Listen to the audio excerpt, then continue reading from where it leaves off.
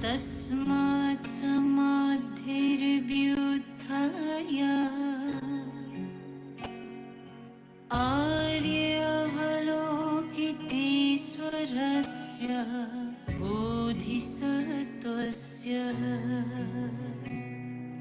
Sadhukarmadat sadhu sadhu kulputra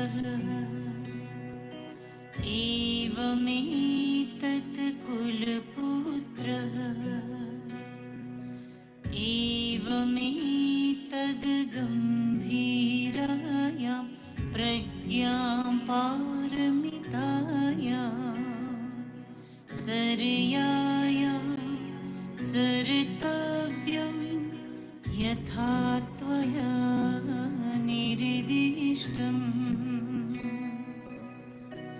Anumodhyati tathagaterarahadbhihi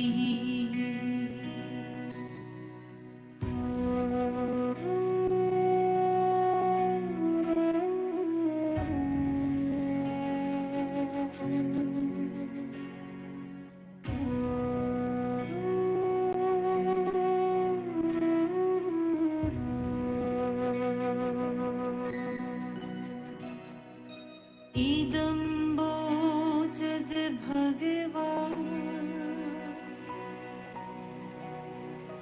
Anandamana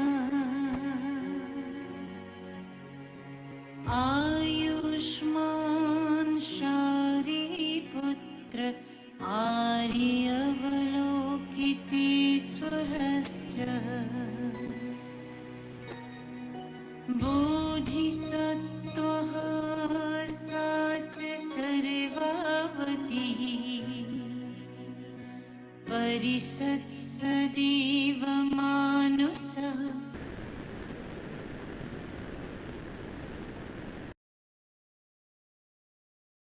All to the Buddha Purnima, the day the Buddha Shakyamuni took birth and then became enlightened, and they assumed the Mahaparinirvana. So in this connection, as always, we undertake the ceremony of taking Aspirational Bodhisattva Vow. And for this matter, so if you have any possibility for making prostrations, and it's not necessary that there should be like an altar or anything, but even though you may not have anything like altar and so forth, like the Tanga statues, whatever is fine. You can just make prostrations. Make prostrations. You can make prostrations in any place, direction, so forth. Visualizing the Buddha Shakyamuni, His Holiness the Dalai Lama, and all the Bodhisattvas. So with this mind, let us make 3 prostrations together to all the Bodhisattvas. And while doing so, imagine that your 2 kind parents and all the mothers and shimmies are with you, make prostrations also.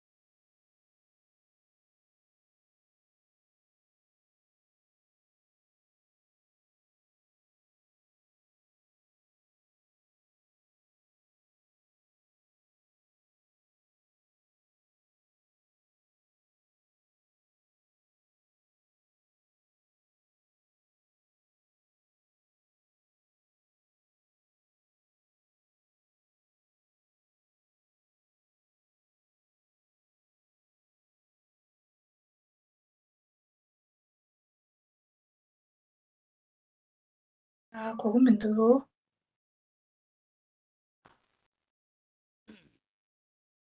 Hello. Hello. Hello. Kohutukisla, Tuchana. Tujana. So we are making light offerings on behalf of all of you online, as well as on behalf of all the demon sentient beings. And here offline, there are many of them who joined us offline as well. And some of you from those who are in person, you can come to offer lights. They're about like maybe 10 or 12. So particularly those who have been missing devotees the last 2 years, 3 years, please come up to light lamps. Come. And meanwhile, we recite the verse. What is that? With folded hands, I beseech the Buddhas of all directions to shine the light of Dharma for all the within mysteries glow. So as we do that, you do online, you can say this verse together while others will make the offering of the lights. With folded hands, I beseech the Buddhas of all directions.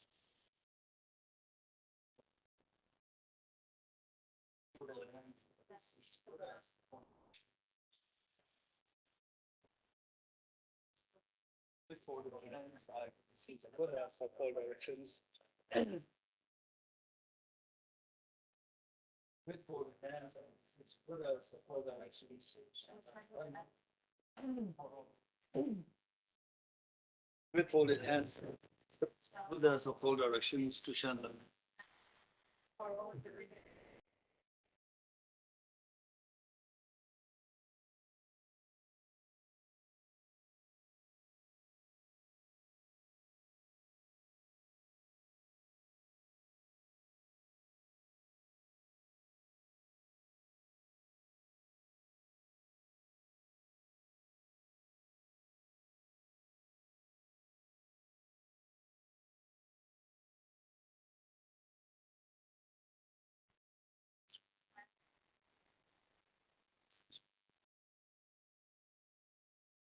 Buddhas of all directions to shine them. All the religious faces. With folded hands, beseech the Buddhas of all directions to shine the light for all the religious faces. With folded hands, beseech the Buddhas of all directions to shine the light of Dharma for all the religious faces.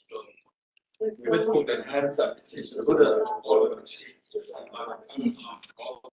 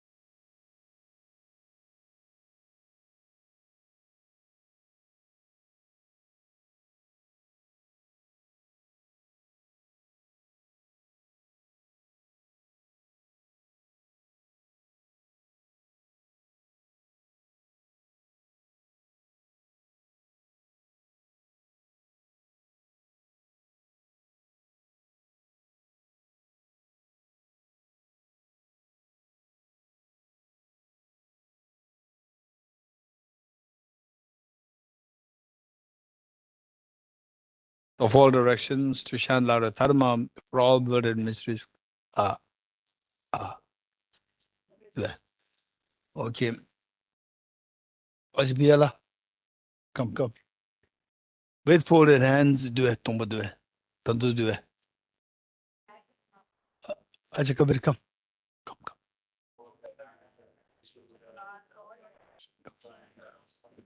For all blood and mysteries glow. With folded hands, I beseech the Buddhas of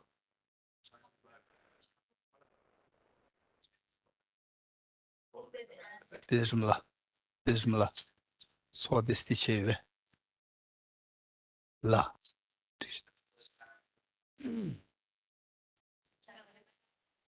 For all built-in mysteries clone. With folded hands, I beseech the Buddhas of all directions to chant Lord Dharma. For all built-in mysteries clone. Text. With folded hands, I beseech the Buddhas of all directions to chant Lord Dharma. For all built-in mysteries clone. With folded hands, I beseech the Buddhas of all directions to chant Lord Dharma. For all built-in mysteries clone. With folded hands, I beseech the Buddhas of all directions to chant Lord Dharma for all built-in mysteries globe. With folded hands, I beseech the Buddhas of all directions to chant Lord Dharma for all built-in mysteries. With folded hands, I beseech the Buddhas of all directions to chant Lord Dharma for all built-in mysteries globe. Okay, thank you. Please take your seats.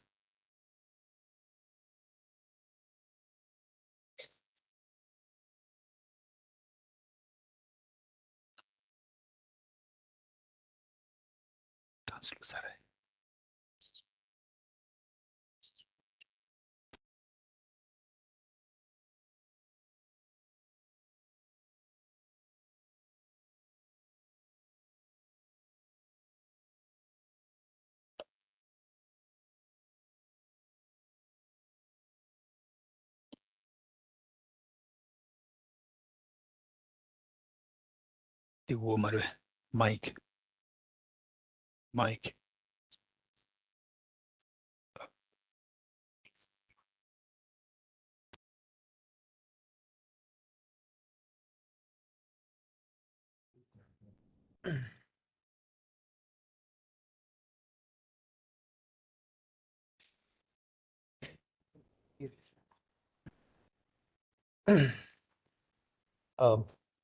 Tashidele, everyone.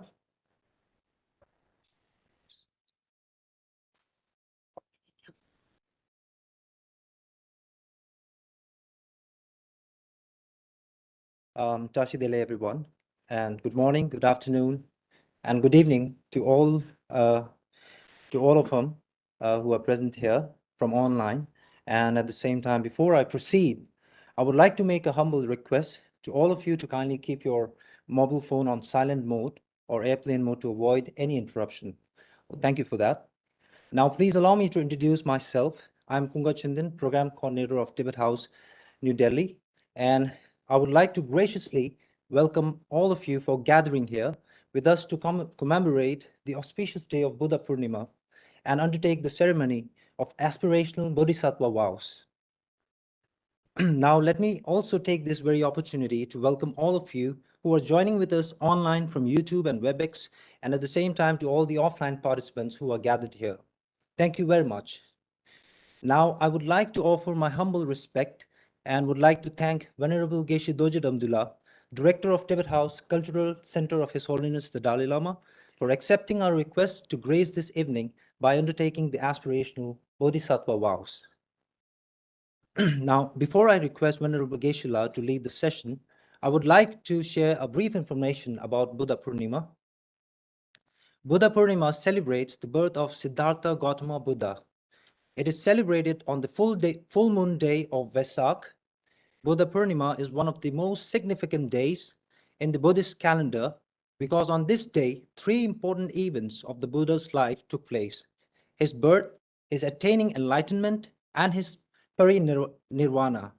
On this day, people celebrate the thrice blessed festival. Now, with this, without further ado, I would like to request Venerable Geshe-la to kindly lead the session. Thank you very much, everyone.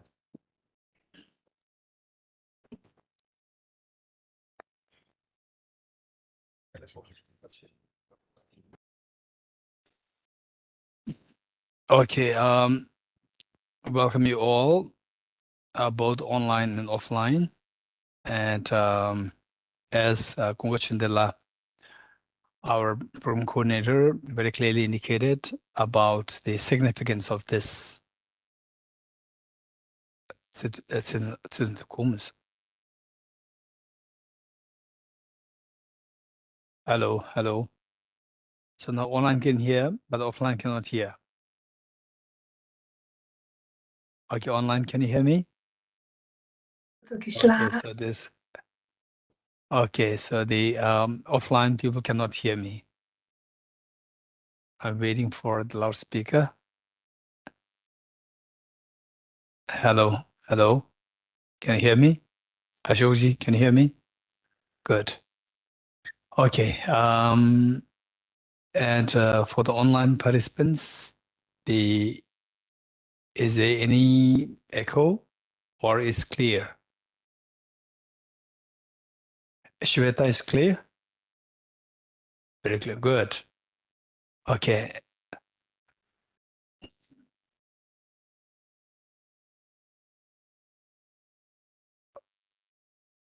The kunjabla tele sastesуда. Oh.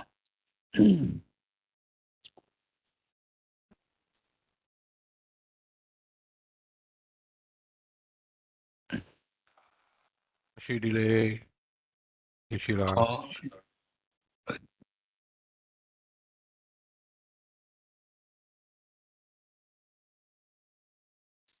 Okay. So with this in mind, if possible, for all of us, to remember the kindness, to remember and to commemorate this anniversary of the Buddha Shakyamuni. There are so many ways of doing so. And one way is just to feel the joy that something happened on this day.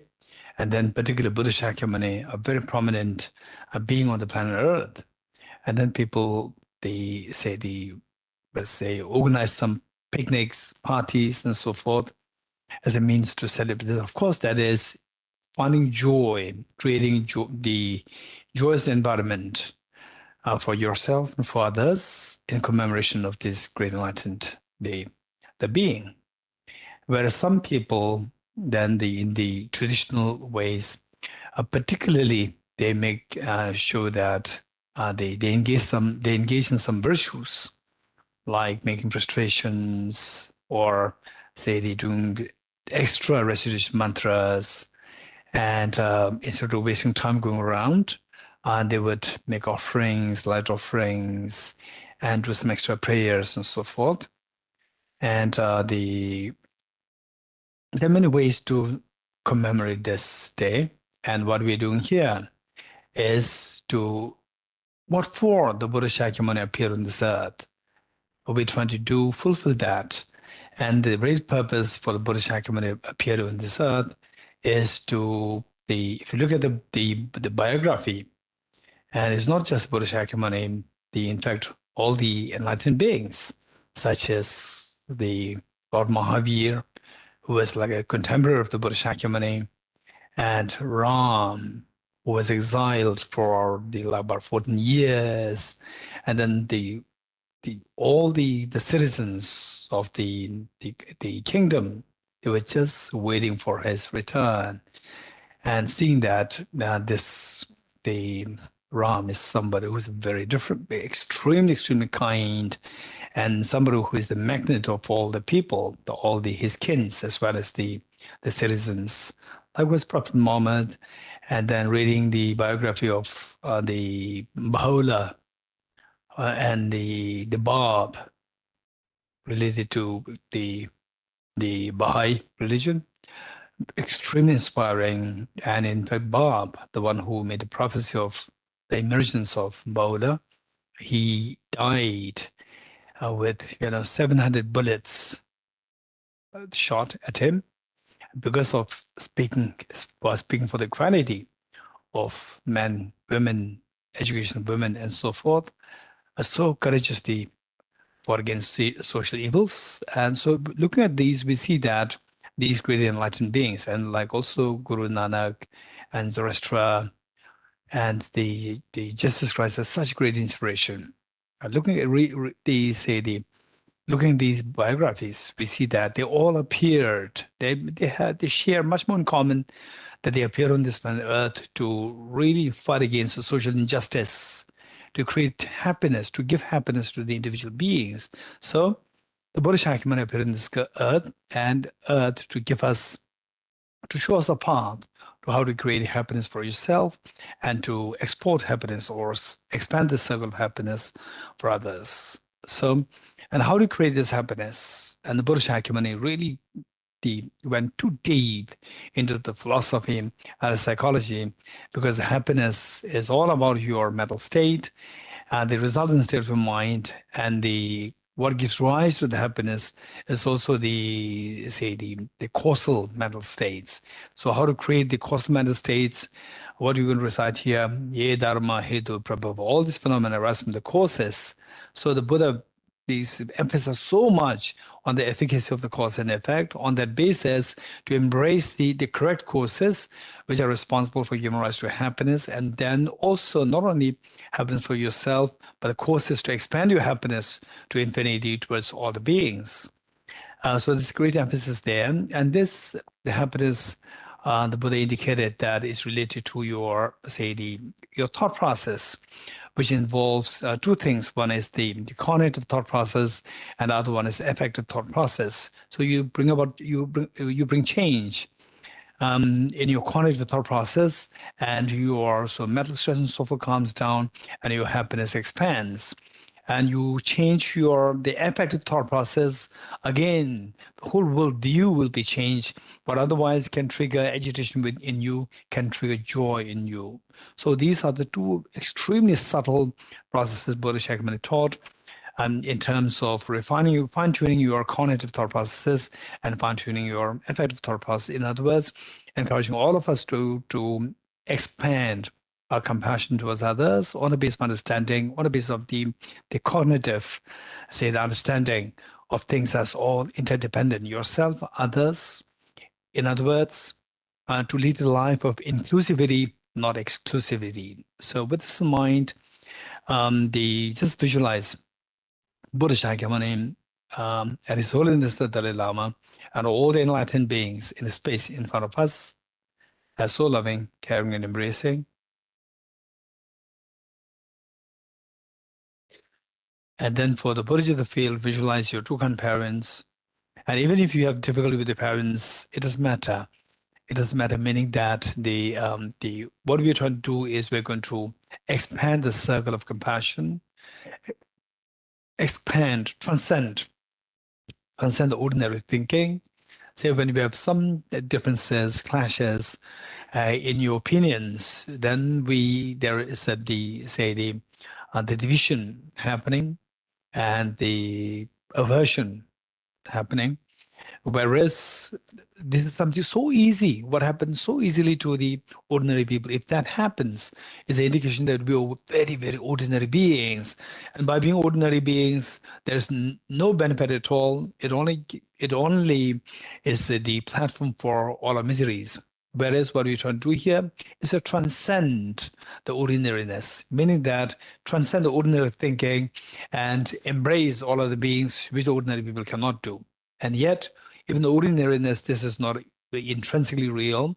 Even the ordinariness is also dependent originated. We can undo this and create the dependent origination of the nobility or the evolved beings. So with this in mind, visualize your two grandparents, all of family members, including children, and all other dear sentient beings, the human beings, animals, insects, hungry ghosts, hell beings, god and goddesses, spirits, everyone in the space in front of us, and that you are like a mother and all beings are like children.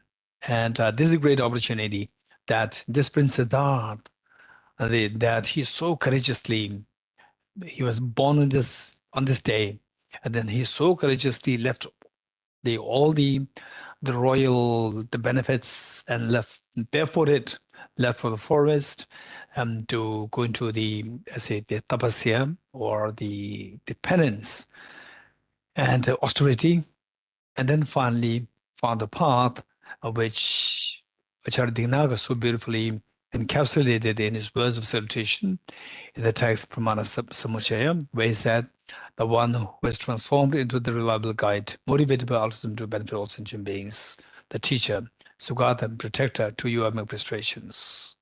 So with this in mind, let us make commitment that I as well will become a reliable guide to lead all the dear sentient beings towards ultimate happiness. And so with this in mind, we will recite these verses, and keeping in mind that whenever we recite the verses and the passages, there are three ways of doing this. One, where the words flow, that's it. Number two, words flow and the meanings are reflected.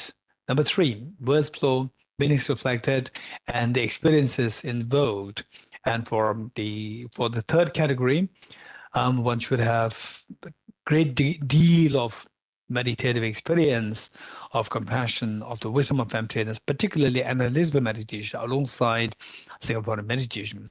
Even if we cannot do the third one, we must not miss to do the second one. That is, not just let the words flow, but the meanings also reflected. So with this in mind, let us say this together and imagine that you are inspiring all the demon sentient beings and all the Buddhas and Bodhisattvas that are watching us, they're witnessing what we are doing today here.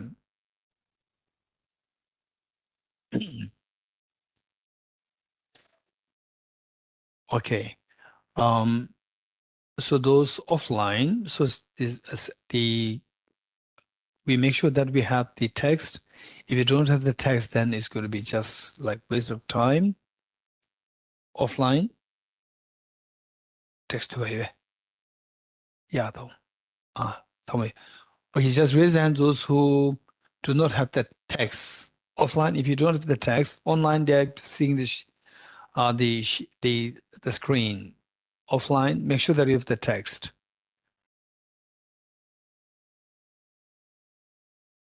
Yeah, me do it. Okay, so okay, please share among yourselves between 2 or 3. Okay, so just raise your hands those who have no way by which even to share the book. Okay, offline. Okay, good. Now with this, we will say this together. It is on page 3. And page 3, the last verse. And teach by great compassion, you taught the immaculate Dharma to dispel all perverted views. To you, the Buddha Gautama, I pay homage. And teach by great compassion, you taught the immaculate Dharma to dispel all perverted views. To you, the Buddha Gautama, I pay homage. And teach by great compassion, you taught the immaculate Dharma to dispel all perverted views. To you, the Buddha Gautama, I pay homage. Sanje joda zoge jonam la chanjo bardo dane gyapsu che dage chinso kebe sonam kola benjir sanje dubare jo sanje joda zoge chonam la chanjo bardo dane gyapsu dage chinso kebe sonam ge dola benjir sanje dubare jo sanje joda zoge chonam Chanjo bardo dane gyabso che dage chinso kebe sonamge dola penjir sangye drubare sho. I go for refuge until I'm enlightened to the Buddha, the Dhamma, the Sangha. By my accumulations of practice of giving and so forth, may I become a Buddha to benefit all sentient beings. I go for refuge until I'm enlightened to the Buddha, the Dhamma, the Sangha. By my accumulations of practice of giving and so forth, may I become a Buddha to benefit all sentient beings. I go for refuge until I'm enlightened to the Buddha, the Dhamma, and the Sangha. By my accumulations of practice of giving and so forth, may I become a Buddha to benefit all sentient beings. In dependent origination, there is no ceasing, no arising, no annihilation, no permanence, no coming, no going, no separateness, and no sameness. I prostrate to the consummate Buddha, as supreme among all teachers, the one who taught this peace, which is freedom of aberrations. I prostrate to the mothers of the hearers, the Bodhisattvas, and the Buddhas, which through the knowledge of all leads hearers seeking pacification into complete peace, which through the knowledge of paths causes all self-remedies to achieve the aims of the world, and through the possession of which helps subdue and expound varieties of teachings. The one who has transformed into the reliable guide, motivated by altruism to benefit sentient beings, the teacher, Sukata, and protector, to your prostrations. The one who has eliminated the web of conceptualizations and is endowed with the divine bodies of the vast and the profound, who eternally shines forth the forever noble light rays, to you, the Buddha, make prostrations. Inspired by wisdom and compassion, today in the Buddha's presence, I journey the mind of full awakening for the benefit of all sentient beings. The essence of dependent origin mantra, and as we read this mantra, this is the key. On the Buddha Shakyamuni, we were asking what's the reason for the Buddha Shakyamuni to appear on this earth, or in other words, what's the reason for this Prince Siddhartha to eventually evolve as a Buddha Shakyamuni, the reliable guide to lead all the beings, is by teaching this Dharma that the universe, whole universe is governed by the law of cause and effect, which says, Ye Dharma Hetu Prabhava, all these phenomena arise from the causes. And knowing that the things are determined by the causes, if the causes that you create are the destructive or the afflictive, then the results are going to be painful and miseries. But if the causes are positive, the results are going to be joyous. And if the causes are transcendental or pure, absolute pure, uncontaminated, the results are going to be uncontaminated happiness. So given that we all experience, if possible, uncontaminated, the infinite happiness, so the courses that we embrace as well should not be should be there's something uncontaminated, which is the wisdom of emptiness imbued with the spirit of bodhicitta, the unconditional love of bodhicitta. So this should be the reminder as we recite this mantra. This mantra is not to give us a blind hope that I say this mantra, then my wealth will multiply, then I'll get a promotion. This is not to be expected. We should become this should be a reminder for us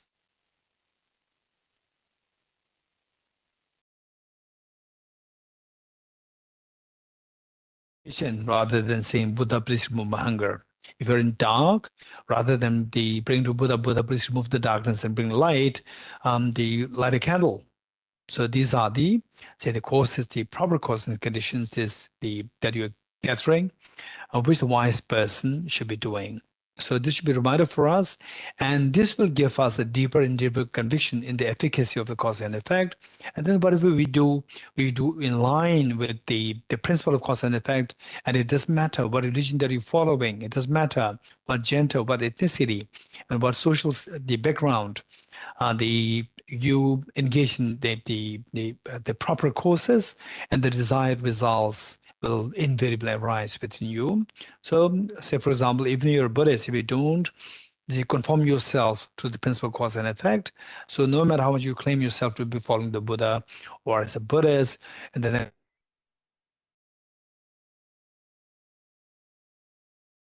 but if you embrace the positive, the conducive courses, then in the next life, or even within this lifetime, you're really going to be a successful person.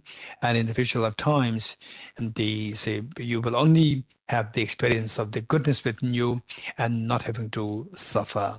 So this is not about whether you're Buddhist or not, it's about whether you conform to the conducive courses, virtuous courses, or not. So with this mind, let's say this 3 times together.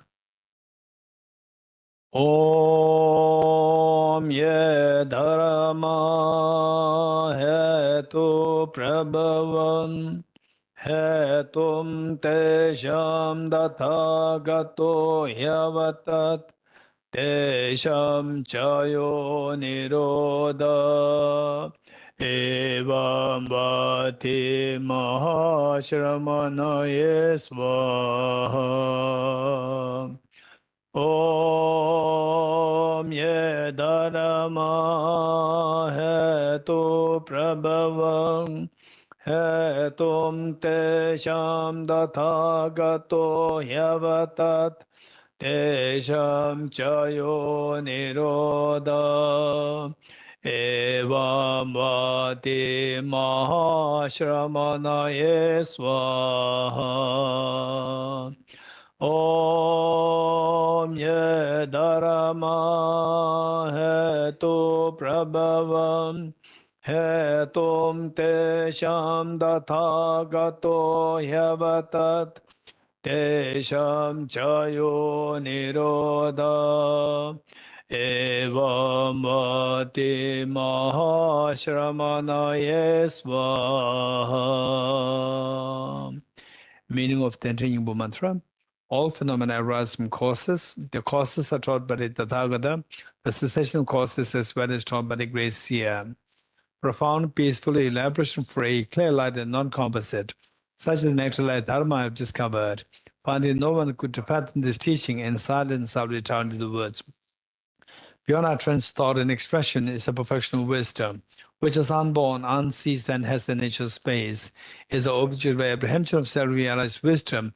To you, the mother of the Buddhas of 3 times obeisance. The 4 seals of the Buddha's teachings. All composite things are impermanent. All contaminated things are the nature of suffering. All phenomena are of the nature of emptiness and selflessness. Transcending sorrow is peace. The Guru is the Buddha, the Guru is the Dharma, likewise the Guru is the Sangha. The Guru is also everything wholesome. I go for refuge in the Guru. By the sound of the vibrant drum of Dharma, you liberate all beings of miseries.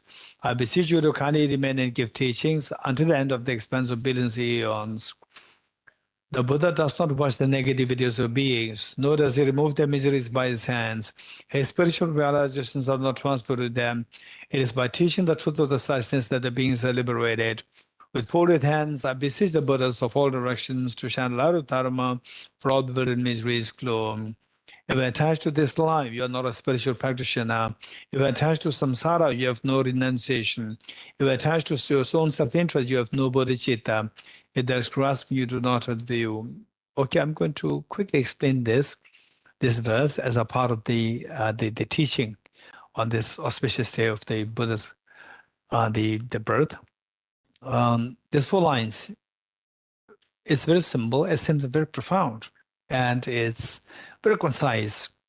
It says that in the first place, here the spiritual practitioner doesn't mean that, okay, a spiritual means somebody, oh, he's more spiritual, he's religious. There's not a connotation.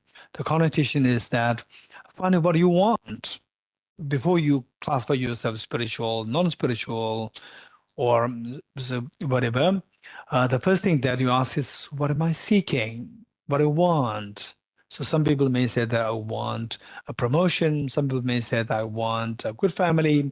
Some people may say that I want adventure. Some people may say that I want happiness. All these wars should stop. And some people may say that I want just to be absorbed into music, visual arts, or say these scientific experiments, and so forth, or just writing poetries and so forth. Yes, what do you want? There are like innumerable versions of what you want.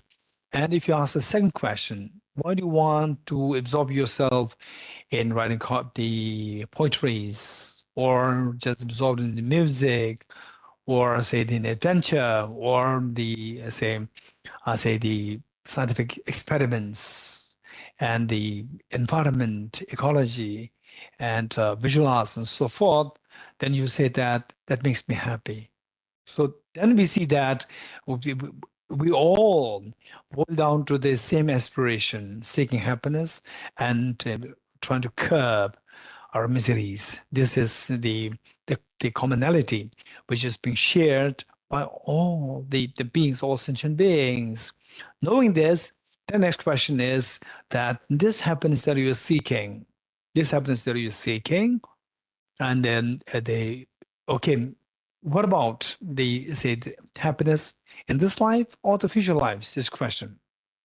So I say today or tomorrow. And wise people will say that today and tomorrow both. And some will say that, oh, just today. Small children, they don't think about what is after 5 years, what is going to happen after 10 years, 20 years, so forth. They simply say that I don't want to go to school. I want to play on a playground, which means just today. So those who can see only they say in time and space, short distance in time and space, these are known as the childlike people, children-like people. And those people who can see beyond, not only today, but tomorrow. For example, the mother would not let the child to always play on the ground, but to always also try to persuade the child to go to schools. So because the mother could see what the child is going to be like after 5 years, 10 years, 20 years, if the child doesn't go to school versus if the child does go to school. So the mother would see way beyond what is today, and the small children, they don't see what is beyond today. So those people who only think of this life, they're like small children. So this is what anybody can do. Even a dog does it. Even a dog. Say the morning gets up and then go to look for food. And the human beings, we morning get up and we go for a job. What is job? It's just like looking for food. It's just nice way of looking for food, which the dog is doing. The dog doesn't say, I go to office. Actually, it's the same. Why do we go to office? Why do you go with the CEO, whatever? It's just to look for food. And the dog, there's no label there as the office or CEO or this and that and so forth, director or whatever. But it is looking for food. So deep inside, we're just same. So whereas we have the human brain, we have the human thought process, and if we just utilize this just for this life, there's no difference between a dog and a human being. So if to prove that we are not a dog, we prove that we are not what we conventionally call as animals. We are more than that. We are human beings, which means that we have potential to think beyond, like the way the mother differs from how the small child thinks. So and those people who can think beyond, they are known as a spiritual persons. Spiritual doesn't mean like, who are very boring person, who are very boring person, a spiritual, no fun. This is not those. Say in a more the refined understanding, and these are the people who can think beyond today. So it says, if you're attached to this life, you are not a spiritual person. You are a small child. But as you think beyond this life, okay, next life, this life, okay, is fine.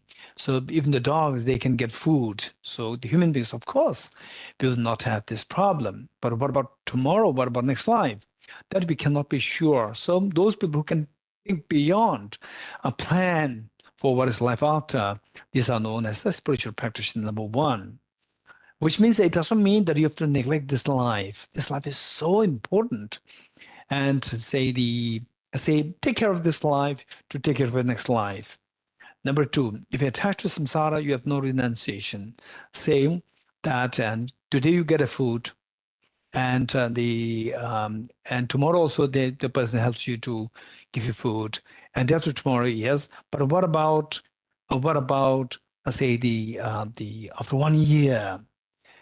The person who is helping you, supporting you, is it that a person will be there for you forever? No, it's not possible. For example, one time I remember that I must be in my 20s, 25, 26, when I was in Devulosila Monastery in South India. And I went to buy some utensils for my small kitchen, my own kitchen. And the utensil pressure cooker. I asked so I decided to buy this, and I asked, we talk about what is that? Warranty. And so it was a warranty. And the shopkeeper said that is lifelong warranty. So okay, that's interesting. So if something goes with this after 20 years, if I go to shop, even the shop will disappear. Where's the warranty, right? And the shopkeeper will long time, leave the world. And the shop also disappeared. Within just 1 year, 2 years here in Delhi, I can see that many of shops, they're being, they suffer liquidation. So they shut down just within few months, few years. What is life warranty? Warranty for life? It doesn't, it's not true. So what I'm saying is that those people who expect, I have to help support from this person, and then you don't think. But the wise people will think, what if this person's gone? How will I sustain myself? So these people are wise people. So if I attach to samsara, meaning that, okay, this life is taken care of, next life is taken care of, and so forth, then I'm sure that after 100 lifetimes, out of 1,000 lifetimes, then still I will have the joy and happiness taken care of. No, by doing good in this life, maybe you can rest assured that your next life, 100 lifetimes will be okay, but after that, what? And many of you, I'm sure you have a question. In the first place, before we talk about, I say the benefits after 1,000 lifetimes, so forth, how do we know that there is the next life? This is a huge question. I know that many of you are stuck with this question. This is a very important question. If you're very serious with this, you should sharpen your intelligence, and you have to attend the Nalanda studies, Nalanda diploma course, and Nalanda master's course, if you really are interested in this topic. And the criteria required is that you should sharpen your intelligence, right? Because to get to this understanding, quantum mechanics, if you're interested in quantum mechanics, you have to sharpen your intelligence. If your intelligence is not of the the high level or the high caliber, there's no way by which you can understand quantum mechanics. So Niels Bohr said that if you study quantum mechanics and if you're not shocked by it, if you have not understood it yet. So, okay, with this in mind, it says that we should be really become very self-confident and also very independent, that you don't have to, think more, that the joy, happiness, peace is guaranteed throughout. How? Exit samsara. So it says, if you're attached to samsara, you have no renunciation. So if you exist samsara, the desire to get out of samsara completely, to quit samsara altogether, is known as sense of renunciation.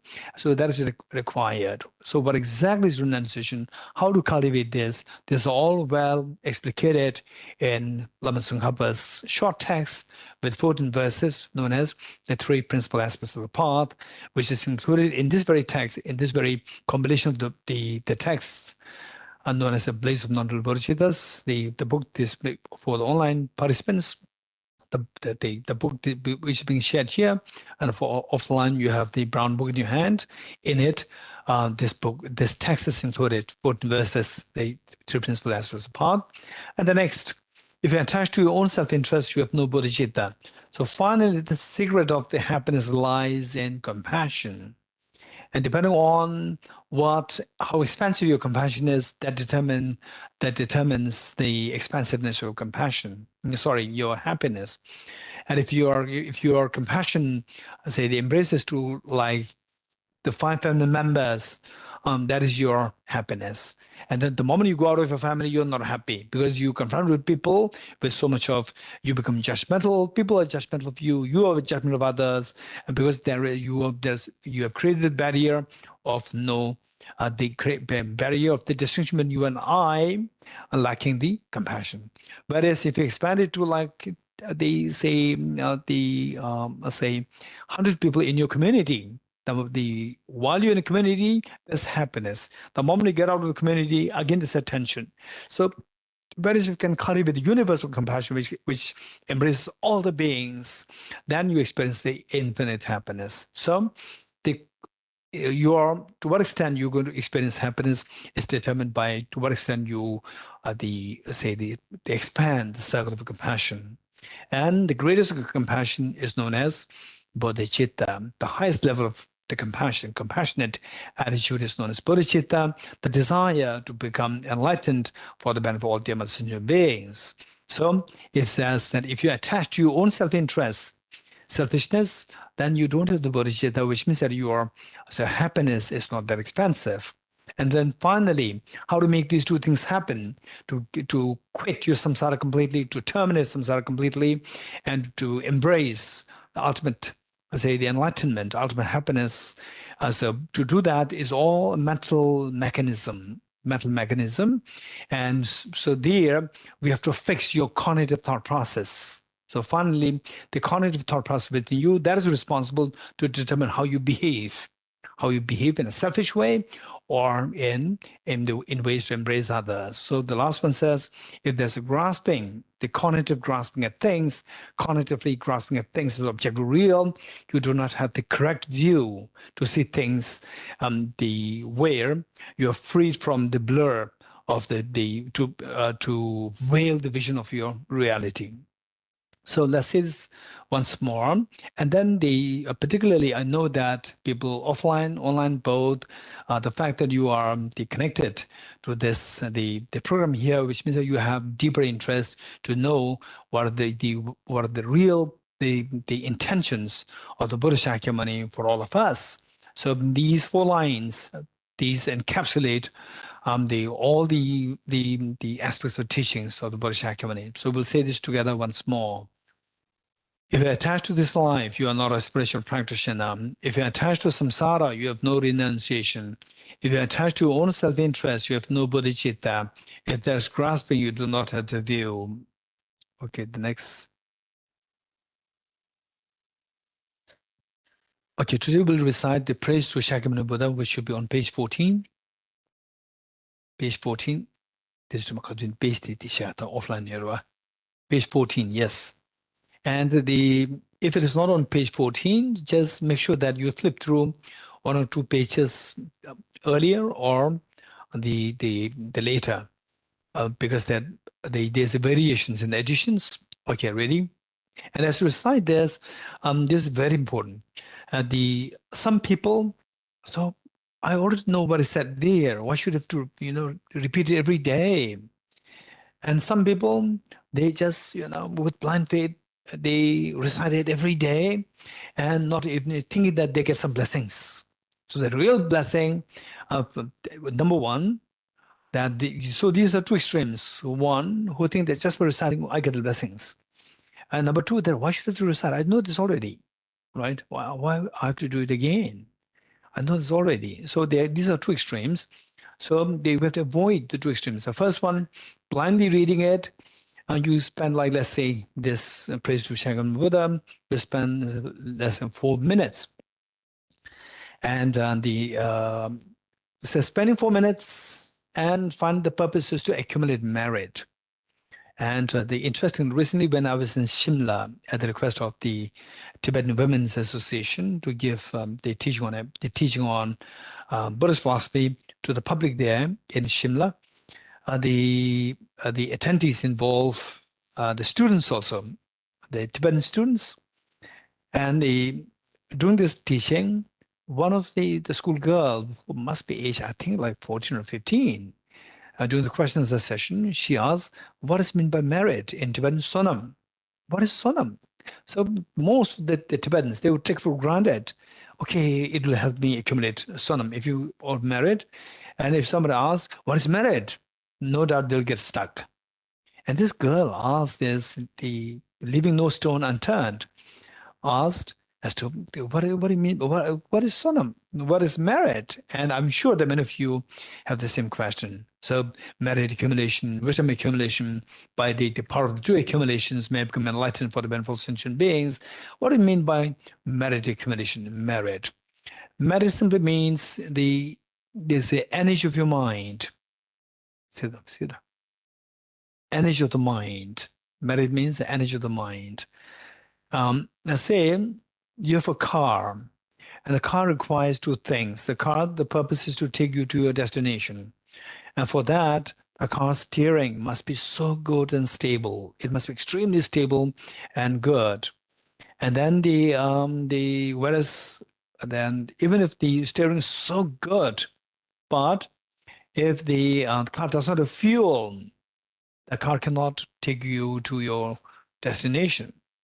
So it requires and even if the car is full of fuel, but if the steering is so weak and no matter which direction you turn, the car goes on its own way, it can be very dangerous. You can meet with accidents so easily. So which is more important, the fuel or the steering for you to get to your destination? Both. It's not that one is more important over the other. Both are equally important. So the steering is to give you direction, to give you proper direction. That is a wisdom. Wisdom gives you the direction. And it also requires the fuel. Fuel is the merit. So your mind should know the direction where you're going. Say, how to get there to the fearlessness, how to get there to the infinite happiness. You have to know all these things. No room for blind faith. You have to know and that's so well. So that will be given to you. This confidence will be given to you by the wisdom. And meanwhile, this mind should have so much energy to move, because when you go into the direction which you have never gone before, it consumes lots of energy. If you don't believe, say if you are to meditate on emptiness, after getting the instruction on what emptiness is, you meditate emptiness. Just believe it or not, 3 minutes of meditation emptiness will make you feel physically so tired and exhausted. It's so like you have engaged in the manual work for like, say, the last 3 hours. This is the amount of energy that's consumed by meditating on a wisdom of emptiness, because our mind has never been into the wisdom of emptiness before. Our mind has been always going the opposite direction, self-grasping ignorance, believing in things so objectively, days, nights, 24/7. So now we are trying to revolutionize this thought process to direct our mind towards seeing things as empty of object reality, just totally in opposition to how otherwise our mind apprehends things to be like. So with this mind, as we recite this, the Buddha Shakyamuni's the praise to Buddha Shakyamuni, what we do, how we recite this is not just like, we just say and accumulate merit, which means that they say this for 4 minutes, and there are two persons, both say this for 4 minutes, but one accumulates so much of merit within this short span of time, 4 minutes, and the other person accumulates just a small amount of merit. So which of the two you want to be like? Of course, accumulate so much of merit within a short span of time. For this, we have to know the meaning. Then the next question is, I know the meaning already, so why do you have to do it repeatedly? This next question, other extreme. It is like saying that I already have some money in the bank, like, say $1,000 in the bank. Why should I have to deposit more and more, right? So this, I don't have to give the answer, right? So if you want to deposit the money just once in the bank, or if there's a possibility to deposit it every day, if there's a possibility, you will deposit every day, because the happiness that you want, or just like, let's say, a small piece of cake or a bigger cake, we want a bigger cake. For this, a small merit, amount of merit, or a bigger amount of merit, more amount of merit. So this is required, because that, say, the cars to go to just 10 kilometers distance, you don't require so much of fuel.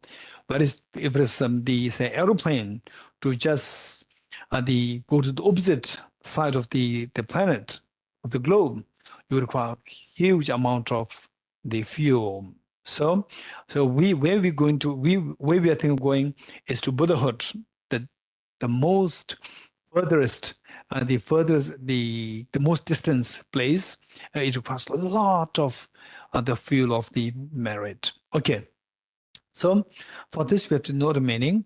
And not only know the meaning, say why the Buddha Shakyamuni is praised. Say let us not think as, okay, if you praise the Buddha Shakyamuni, Buddha will be so happy and then grant us the blessings. If you don't praise him, he'll be very upset, and then he will curse us. This is extremely, in a way, this is not a compliment to Buddha. This is like disgrace to the Buddha. This is a defamation of the Buddha, because that in a way, you are saying that Buddha is not the ever loving, the Buddha is not with the infinite love. Okay, so then why the praise? When you praise Buddha, and the qualities of the Buddha are indicated. When you praise somebody, you praise the person with the qualities. That you have these qualities that make these qualities make me feel a great feeling of admiration in you.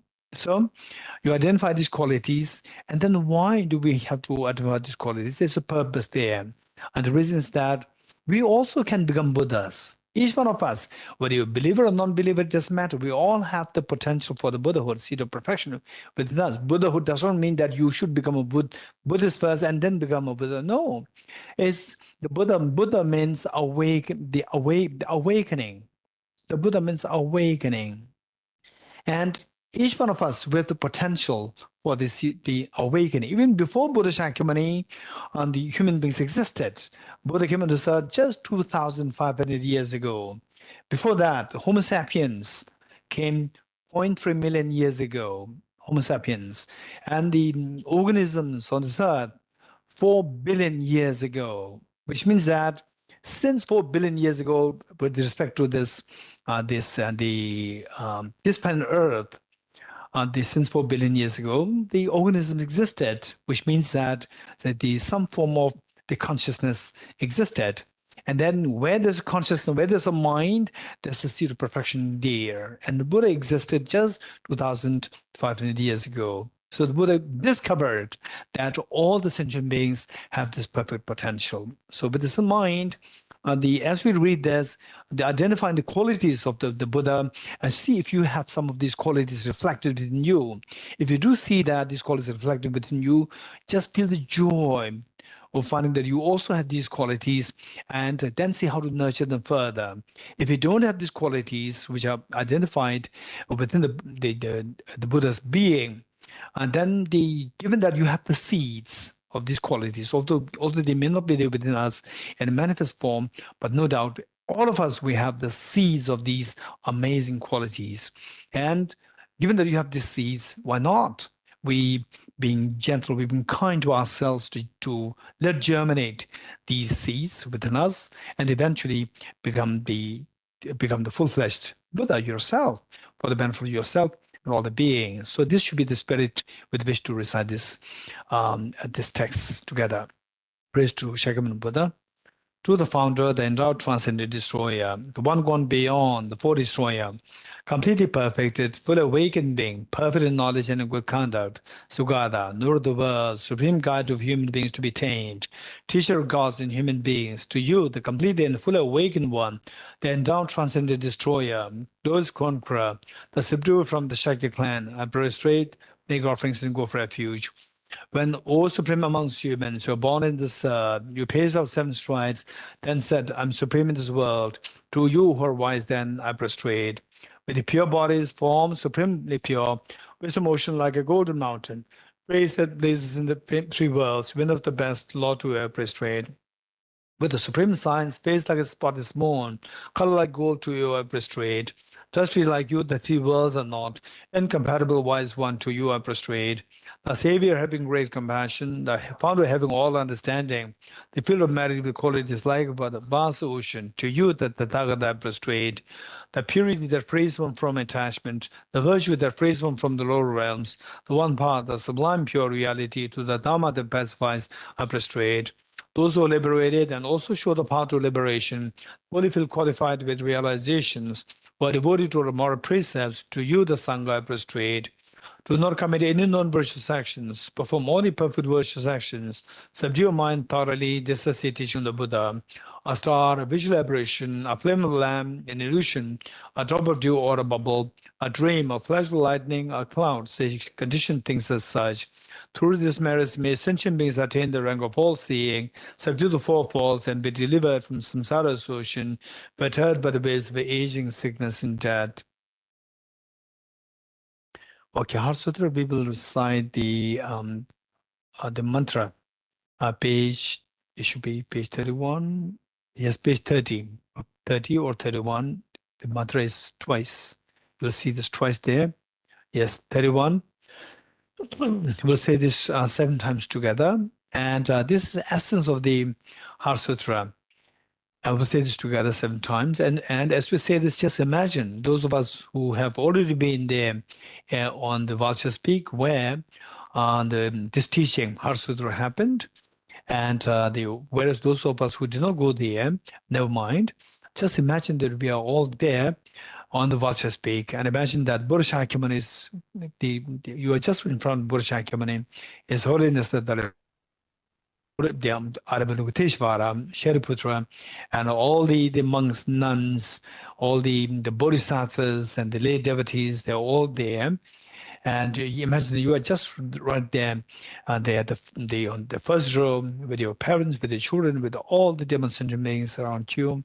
And imagine that Buddha Shakyamuni is exhorting us thus: don't remain in the fears of samsara.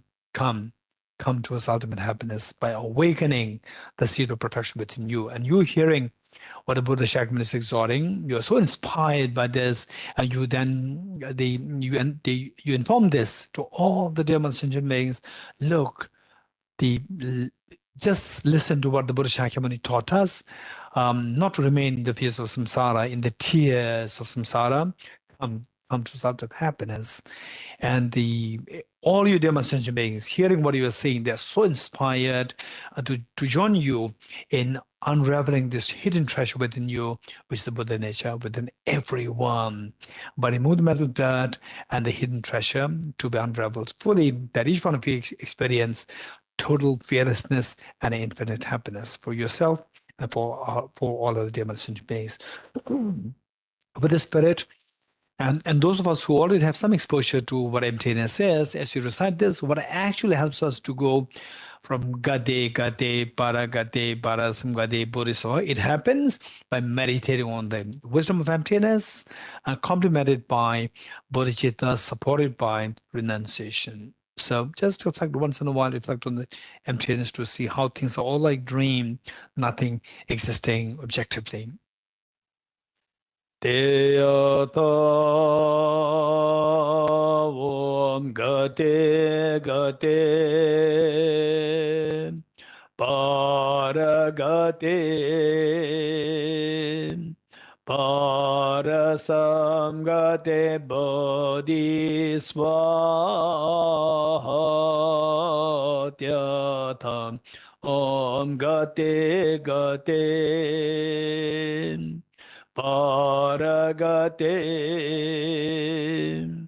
Parasamgate Bodhiswatyata Om Gate Paragate Parasamgate Bodhiswatyata Om Gate Paragate Parasamgate Bodhiswatyata Om Gate Paragate Parasamgate Bodhiswatyata Om Gate Paragate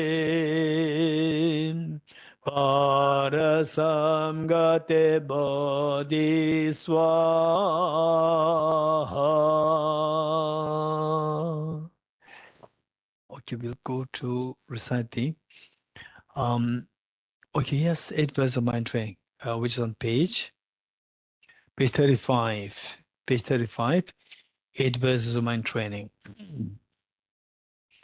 And let us remember that this text, so Heart Sutra, is primarily to invoke the wisdom of emptiness, to discover the reality as it is, and the wisdom to give us a direction towards enlightenment. And the 8 verses of mind training is to give the fuel within us, the fuel of compassion, the merit of compassion, and the practice of compassion. And for this, we need to work in 2 ways. One, to get rid of the non-conducive factors, and the other, to create the conducive factors too. And the non-conducive factors include, like, say, what is the opposite of compassion?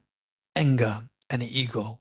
So we have to work on to curb the power of ego and the anger, and how the anger arises, what are the situations where anger and the ego arises, and we see that anger and ego, they really destroy our peace of mind. It really creates a corrosive feeling within us, and if you if you live with this corrosive feeling within you, you will end up into depression, and then your immunity will go down drastically, and you are prone to prone to they contract any kind of disease so easily. So these two, they don't do anything good. Nobody likes these two, but when you're in the grip of these two, then you become blind in ways that you just go after these two, and so voluntarily. Before, when you're in the grip of these two, you have some degree of sanity. Oh no, this is not good. I don't want to have the anger. I don't want to have the ego. But when these two are there, then finish. You become like a crazy person. You just go after these two, and then somebody talks to you very nicely.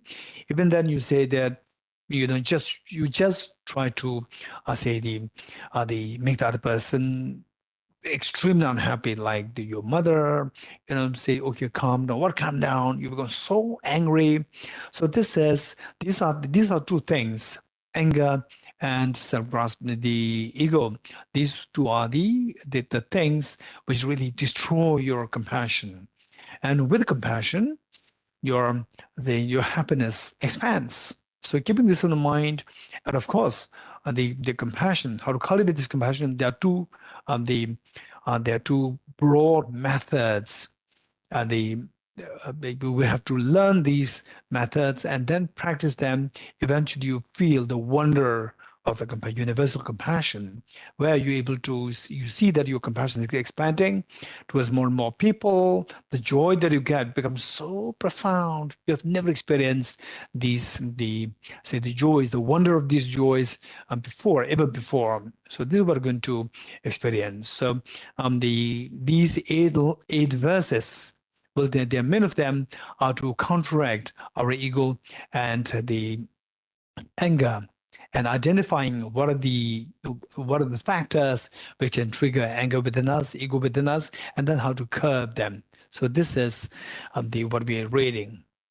And meanwhile, some of you may get the impression that, oh, this is so self-denial. I give the victory to others, and then I take the loss on myself. It's so self-denial. No. So you are combating your ego and the self-centered attitude. You are combating your anger. You're combating your ego. You're combating the self-centered attitude. It's not combating yourself. So you combat these, and then this self will become so pure and so happy, and somebody who can guide all the dear sentient beings towards happiness. This self is so important. By reading this, it should not be mistaken to read it to deny the self. It should never be the case. Instead, you should make sure that the first thing that we need to know is that the self, this self is so precious, and you get rid of these mental defilements, ego, self-centered attitude, anger, and so forth. This self will become pure. Once this self becomes pure, this self has the capacity to give you the fearlessness, to give you the infinite happiness, and embrace others or share this to other beings as well. So with this spirit, we'll recite the verses together. But in fact, meanings 8 verses for training the mind by Geshe Langli Thangpa, with the determination to achieve the highest aim for the benefit of all sentient beings, which surpasses even the wish fulfilling gem, may hold them dear at all times. Whenever I interact with someone, may I view myself as the lowest among all, and from the very depths of my heart, others are superior. In all my days, may I probe into my mind, and as soon as mental and emotional afflictions arise, as they endanger myself and others, may I strongly confront them and avert them. When I see beings of unpleasant character, and those oppressed by strong negative and suffering, may I hold them dear, for they are rare to find, except discovered a true treasure. when others out of jealousy treat me wrong with abuse, slander, and scorn, may I take upon myself the defeat and offer to others the victory. When someone whom I've helped or in whom I've placed great hopes mistreats me in extremely hurtful ways, may I regard him still as my precious teacher. In brave, may I offer benefit and joy to all my mothers, both directly and indirectly. May I quietly take upon myself all hurts and pains of my mothers. May all this remain sanctified by the sense of eight maintained concerns. They may recognize all things as illusions, devoid of clinging, be released from bondage. And this verse is taken from Lama Tsongkhapa's and the anti-erection prayer of the after the composition of the Lamrim, the great treatise on the stages of path of enlightenment. So if you read this, you will see that you are not denying the self, you are not suppressing the self, you are not neglecting the self. Instead, you see that this self is so precious, and to the extent that you're trying to give the best to the self, to become the fully awakened being, we experience the total fearlessness and infinite happiness, and thereby lead all other beings from the state of darkness to the wisdom, to the and from the egoistic, self-centered the person to the fully awakened being. We will say this together. From our two collections, vast the space that have amassed from working with effort in this practice for a great length of time, may I become the chief leading Buddha for all those whose minds wisdom is blinded by ignorance. Okay, now we will switch to the short mantle offering, which is on page 40.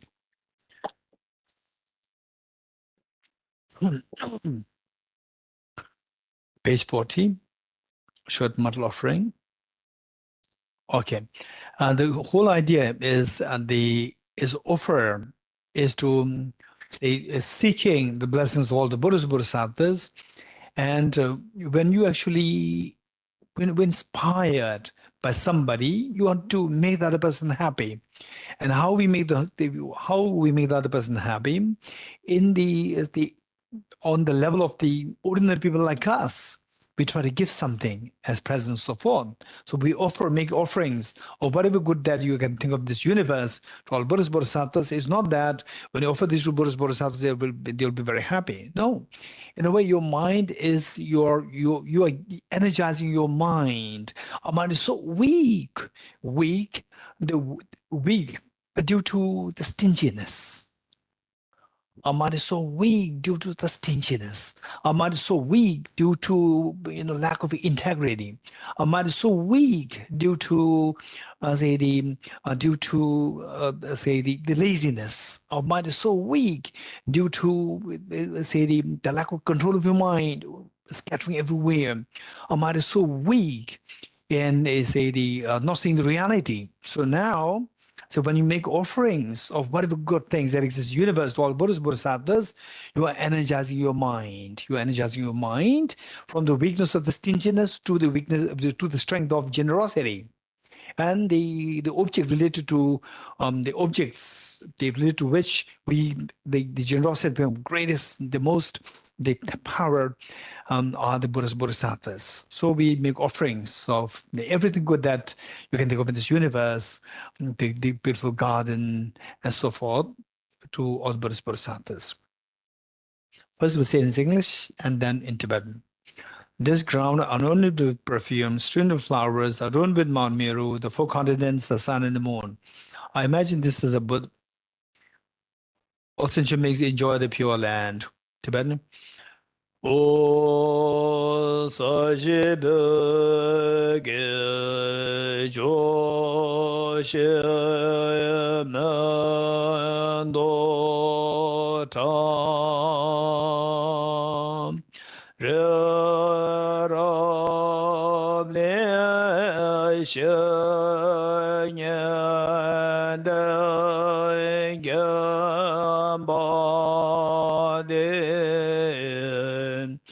Sangye Shendo Mede Bevayen Chogunamda Shela Chubarai Sho. After the making offering, then we make request. What requests are the means of quite self-explanatory. So we'll read it and just reflect on meanings. Then you will see what is the real dharma. May I be blessed that my mind is directed towards the Dharma. May I be blessed that my Dharma bridge is on the proper path. May I be blessed that the path is free of flaws. May I be blessed that the flaws are seen in the light of exalted wisdom. The four Dharmas of Venerable Bhikshu Mahasattva, becoming utterly frustrated with the ignorance that grasps at true existence. Please bless me with genuine renunciation, seeing all aspects of samsara as viciously repulsive. Please bless me that my mind stream overflows with the precious bodhicitta that cherishes others more than myself. Please bless me to have an immaculate experience of the wisdom of emptiness that doesn't see even an atom of intrinsic reality on the basis of understanding how things come into being by dependent origination through mere conditioning.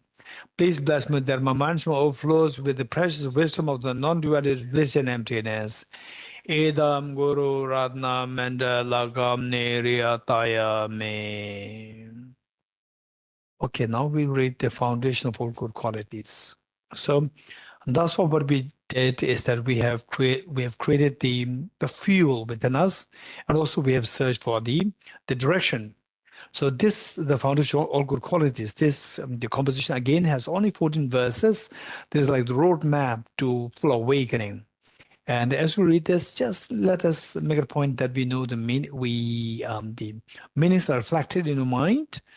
And as you do that, meanings are reflected, your mind is being aligned into the proper spirituality, where your thinking can become so pure and so powerful. Okay, with this mind, let's say this. The foundation of all good qualities by Lama Tsongkhapa.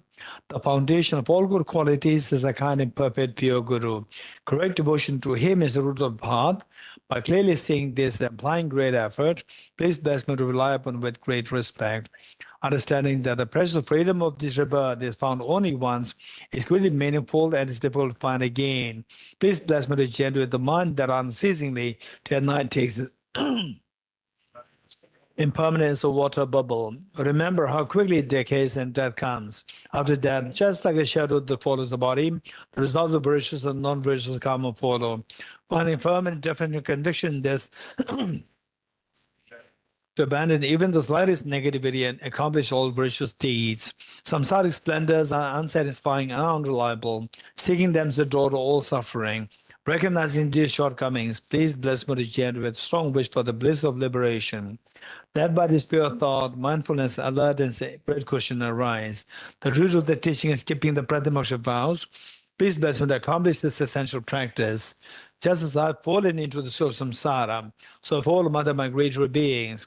Please bless me to see this trained in Supreme Bodhicitta and bless. Even if I develop bodhicitta, but I don't practice the 3 types of morality, I'll not achieve the enlightenment. With my clear recognition of this, please bless me to practice the Bodhisattva vows with great energy. Once I pacified distractions to wrong objects and correctly analyze the meaning of reality, please bless me to generate clearly within my mind stream the unified path of come abiding, especially inside. Having become a pure vessel by training the general path, please bless me to enter the holy gateway of the fortunate ones, the Supreme Vajra vehicle. At that time, the basis of accomplishing the 2 attainments is keeping pure vows and samaya. As I become firmly convinced of this, please bless me to protect these vows and bless the life of my life. Then, having realized the importance of the 2 stages, essence of Vajrayana, by practicing with great energy, never giving up the 4 sessions, please bless me to realize the teachings of the Holy Guru. Like that, may the Gurus who show the noble paths and spiritual friends who practice their long lives, please bless me to pacify completely all out and inner hindrances. In all my lives, never separate from perfect Gurus, may enjoy the magnificent Dharma by completing the qualities of stages of the paths, may could attain the state of Vajratara. Okay, we'll recite this maximum mantra 3 times.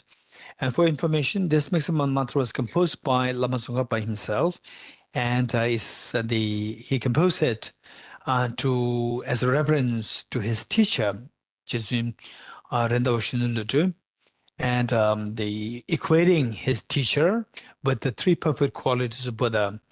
the perfect quality of compassion, which is embodied by Avalokiteshvara, and the perfect quality of the wisdom embodied by the Manjushri, and the perfect quality of the power embodied by Ida Vajrapani, and equating his teacher with these three enlightened beings. And the teacher, when he got this, the verse composed by his student, Lama Tsongkhapa, and handed over to the teacher read it, and the teacher erased his name and replaced it with his own student's name, saying that this praise fits better with you instead of me. And then this was given back to Lama Tsongkhapa, and it became so widely being practiced, said, and chanted all over the world, all over Tibet in those days. So we'll say this together, just for the sake of accommodating the melody. The Tibetan, we skip the line 3, and that it doesn't matter. So, but if we just say it not as normal, then we can recite all the 5 lines. But for when you chant it, we just skip the 3rd line. Okay, first we'll say the English version, followed by the Tibetan. You are Avalokiteshvara, great treasure of non-referential compassion, and Manjushri, master of flawless wisdom, as well as Vajrapani, destroyer of hosts of demons without exception. Tsongkhapa, crown jewel of the sages, land of snows, Lord Santaba, at your feet I make prostrations. The Tibetan.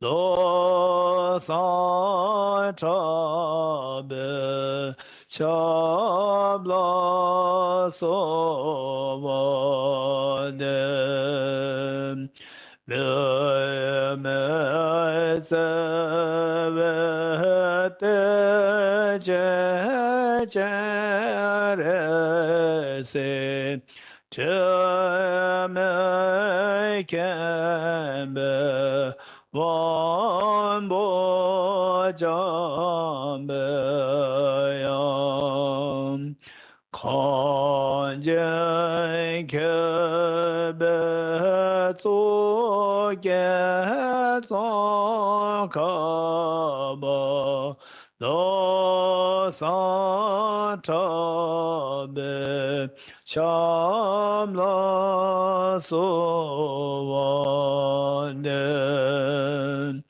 le me se te che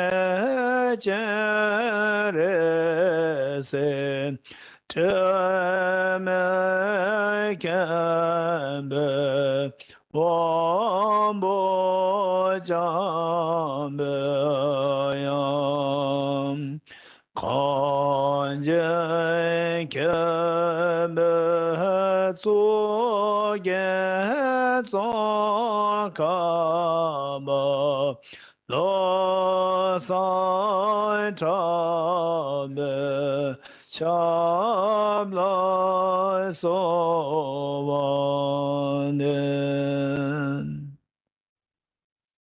Okay, now the next is generating the mind of consummate yoga. This is actual practice. So for this, 4 things are required for the actual practice. Number 1 is a single point of meditation. And also keep in mind that why we are doing these, these practices here on special, ideally speaking, in Tibet House, we have like once every month, we have what you call as a Bodhichitta Day. Otherwise, on the special occasions like the Buddha Purnima Day and so forth, we do the same program. And the full purpose is for the people to learn. Oftentimes, people, when they say they learn, for example, attending Nalanda master's course, Nalanda diploma course, and so forth, they do the Dharma for some time to see, how to revolutionize your thought processes cognitively, effectively. And then they come to know about what is known as the studies, reflection, and meditation. Meditation means practice. So after studying and reflecting for some time, how to practice? This is oftentimes a question many people ask. So just to as a response, in other words, to know how to practice it on a daily basis. Say, for example, if you have some, the arm problem, then you require the help of the physiotherapy. So the physiotherapy is not just one day exercise, it has to be done regularly. So likewise, this practice has to be done regularly to bring about a change in your mind, which otherwise is so chronically diseased by the self-grasping, ignorant, self-centered attitude. And because it's so chronic, it requires practice to be done on a daily basis. And the more you do the practice, more the transformation will take place within oneself. So with this mind, what to practice this question? So the 4 things: number 1, single-point meditation or shamatha meditation. Number 2, renunciation. Number 3, bodhicitta. Number 4, the wisdom of emptiness. 4. And once you have these 4 intact within a single the session or within day, then you add to this, you complement this with the taking the undertaking of the ceremony of the Aspirational Bodhisattva Vow. And given that we don't have much time left, what we're going to do a quick meditation, 5 minutes meditation, followed, which is single point meditation, followed by directly the bodhicitta. On the basis of the 4 immeasurables, we'll do the 2 immeasurables, and then we'll take the Aspirational Bodhisattva Vow, the inclusion of a quick emptiness. And this is what we're going to do. Okay, first for the meditation, I can see both okay. Online, in fact, I can see that you're more familiar to my eyes, and offline are more not familiar to my eyes. There are many who are new to my eyes. That in a way is very auspicious. So since that there are few, I don't know what is your background, how much you are familiar with these meditations. So I'm going to just share with you very quickly the single point meditation instruction. And whereas those of us who already know what is single point meditation, you just start doing it right away. And whereas it is highly, advisable that they never ever learn meditation through YouTube. Through YouTube, you can listen to talks, but not the meditation. Meditation, you have to learn from a living teacher, because that there should be you must have the genuine the lineage. It doesn't mean that, okay, this is my lineage, I'm from I'm the Tibetan tradition. It's not about the lineage. It doesn't mean that. You should have a genuine instruction. It doesn't matter what lineage, it doesn't matter. Finally, you have to grow. Your peace of mind should be cultivated. Your compassion should be cultivated. Your wisdom should be cultivated. So it doesn't matter which tradition, it doesn't matter. What I mean to say is that you should have a genuine instruction which came from, the past great masters. Okay. So with this in mind, for the single point, the meditation is of 2 kinds. It requires 2 things: single point meditation and the analytical meditation too. And the single point meditation, highest level of which is known as shamatha, and the analytical meditation, highest point of which is known as the special insight, and technically in Sanskrit it's also known as vipassana. But the vipassana that we are talking about here, according to the mainstream Nalanda tradition, versus the common, 10-day vipassana practice, these 2 are very different. It doesn't mean that one is superior or the other one is inferior. There's not a connotation.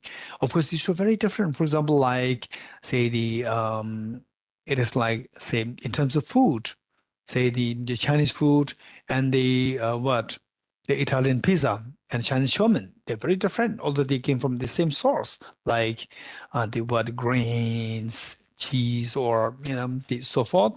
But how they are designed is very different. So likewise, these two are very different. Say the different mechanism.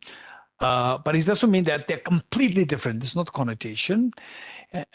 So in order not to confuse in these two things, these two, say the two practices with the same label, I don't use the word the Vipassana in the context of the mainstream Nalanda tradition, so that the people are not confused with the 10-day popular Vipassana meditation, which itself is extremely good. But then these two are not identically same. We have to know this. So because of this, they say a single point of meditation and the analytical meditation. And a single point of meditation, the highest level of which is known as shamatha, and the analytical meditation, highest point of which is known as, highest practice of which is known as a special insight meditation or penetrative meditation. Of the two, what we're doing here is a single point of meditation, which is more like the shamatha of the 10-day shamatha, 10-day vipassana meditation. It's more, I say, the single point of meditation, shamatha practice in the context of the mainstream Nalanda tradition.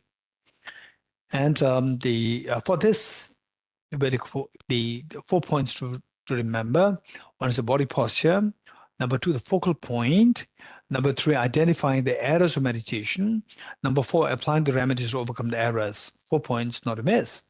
The body posture, 1, if possible, sit cross-legged. Cross-legged meaning your left foot on your right leg and the right foot on your left leg. So this is the cross-leg position. And if you can, well and good. If you cannot, don't worry. It's not really mandatory, but if you can, in the long run, particularly for somebody who practices on a daily basis, this is going to be extremely refreshing, and it can sustain your practice more fresh all along. Then the next point is the body upright. Okay, those people who have any knee problems or knee replacement surgery done, please don't force yourself to do this. This it's not for you. The cross-leg position, though particularly those who have knee problem or knee replacement surgery done, don't do this. You can do a practice by sitting on a chair also. That's perfect. It is not really as mandatory. And the second point is extremely important: the backbone upright. Backbone upright. This is so important. And back should not be leaning against the support. Should not lean against support. It should be upright. And whereas if you have backache problem, you're exempted. You can lean against the support. But if you don't have backache problem or any of such issues, then you are advised to sit upright, because you will see the difference later on between sitting upright and leaning against the support. When you practice this meditation for some time, consistently for about the few weeks or the few months, then you can see the stark contrast between these two. Sitting upright, you see that your mind is so fresh and alert, and the moment you lean against support, instantly you see that your mind sinks. You can see this contrast between the two these positions. So therefore, sit upright, and then let's also learn how not to sit like with your back bent like this. Never sit like this. Always learn how to sit body upright. And then when you're not meditating, still learn how to sit upright. And whereas if you want to lean against support, when not meditating, you can lean against support, keep your body still very straight. That is very important. Okay. And then the head tilted forward a little bit. And the important thing is eyes not closed, eyes open. And particularly as beginners, you must do the practice with the eyes open. And later on, when you really become good at meditation, then they say sometimes you can do meditation with eyes closed. And there are some very specific meditations where known as the meditation dark, meaning that you deliberately they make the whole room dark, and then your eyes close and make everything so dark, and then you meditate. There are such meditations there, but we never begin with this. Begin with what we do now. Eyes half open, 45 degrees cast down, and ignore. Okay. Then so the tip of the tongue should touch the upper palate to avoid excessive accumulation of saliva in your mouth. Breathe normally, the teeth and the lips in the natural course. Okay. And your right hand on the left hand, with the tips of two thumbs joining and the two thumbs standing, forming a triangle. Place the two hands in your lap in a restful state. And your body, while it is upright, it should be very flexible. It should not be rigid. It should be flexible. And breathe normally. So this is your body posture. Number 2, focal point. Focal point meaning, what are you going to meditate on? What are you going to meditate? For this, what you're going to do is, there are hundreds and thousands of meditation techniques. What you're going to do is a very simple one. That is, just count your breath. Count your breath, and let the breath flow very naturally. Don't force your breath. Don't control your breath. Just let the breath flow very naturally. Breathe in, breathe out. Cycle 1, breathe in, breathe out. Cycle 2. This is what you're going to do for 21 times. And 21 times, on average, is like 1.5 minutes. And then say in group, later on we can do like 108 times, which is like, say for some people, it's going to be like, say 3 minutes, 4 minutes, for some people like 5 minutes. It varies depending on the length of your breath. Okay. And if you are competent enough, then multitasking. So while you count your breath, you simultaneously visualize a tiny white dot, like 2 mm or 3 mm in diameter, between nose and the upper lip. Okay, just scratch this position between the lip and the nose. Just scratch it, and don't look at it. Just scratch it. You can feel it.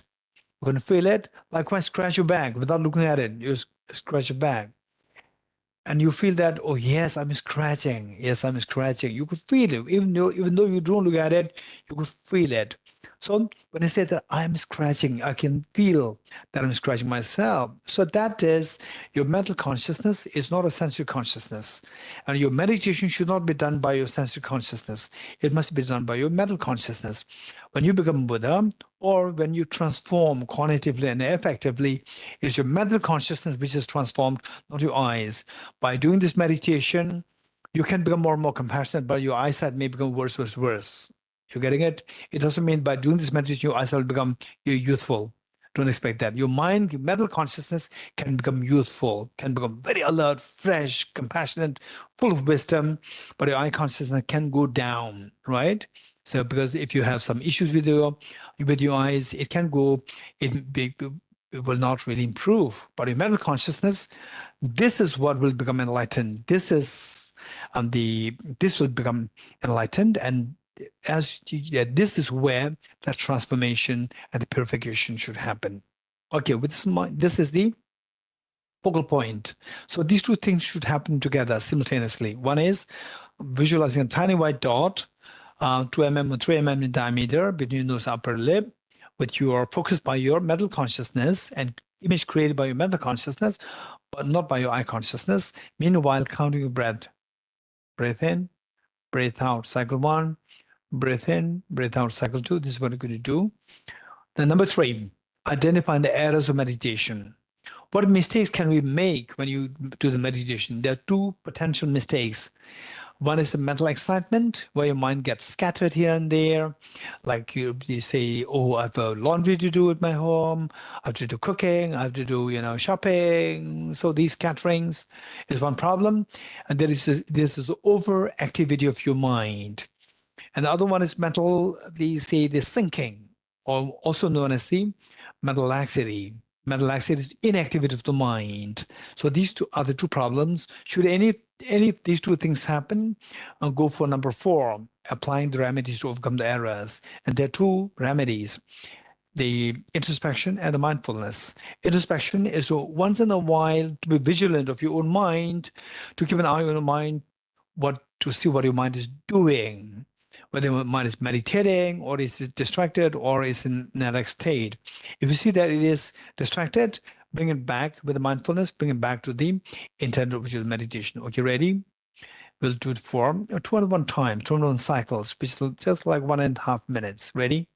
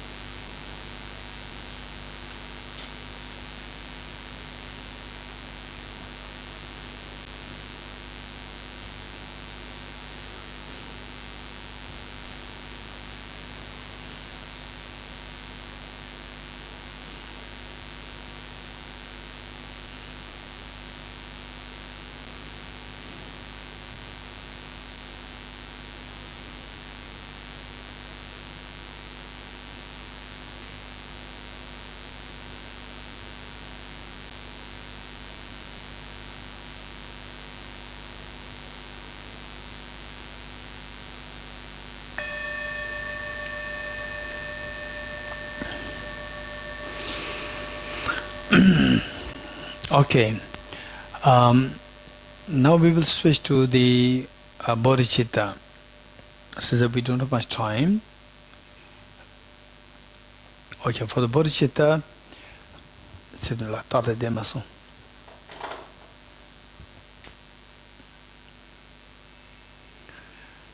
For the Bodhichitta, of the 4 immeasurables, we'll do the first 2 immeasurables. Okay, ready? Let us reinforce the visualization of all the Buddhas and Bodhisattvas in the space in front of us, as so loving, caring, embracing. And also let us reinforce the visualization of your 2 grandparents, all the family members, and all dear mothers and mixed with you. But you are so loving, caring, embracing. Today, on this very auspicious day of the Buddha Jayanti, and the birth of the Buddha Shakyamuni, let us take this advantage of this, the very auspicious day, blessed day, that our virtues will proliferate from today onwards evermore, with the spirit of bodhicitta, with the spirit of unconditional love for all the beings. And all the beings are joining you in this practice. Immeasurable compassion. And here, just let us follow the instructions and invoke the experience to the best you can.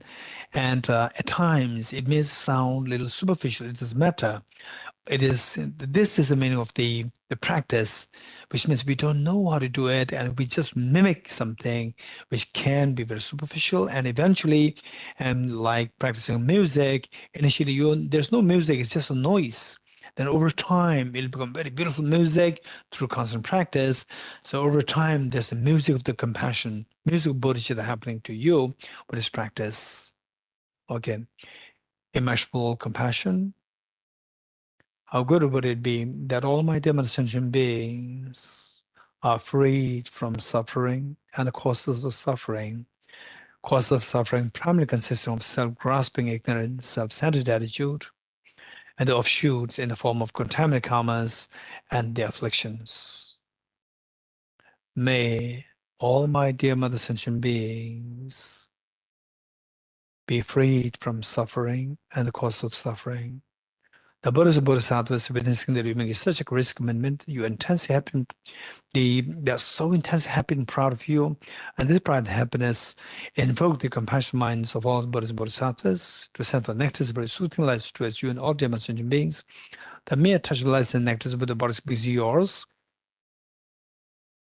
Washes of all the miseries and the cause of miseries from yourself and all dear sentient beings.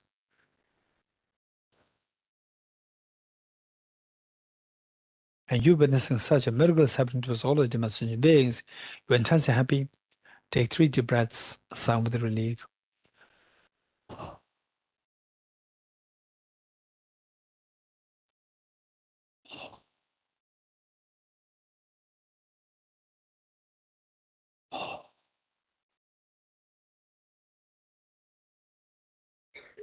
Next, immeasurable loving kindness. How good would it be that all my dear sentient beings are endowed with happiness and the causes of happiness?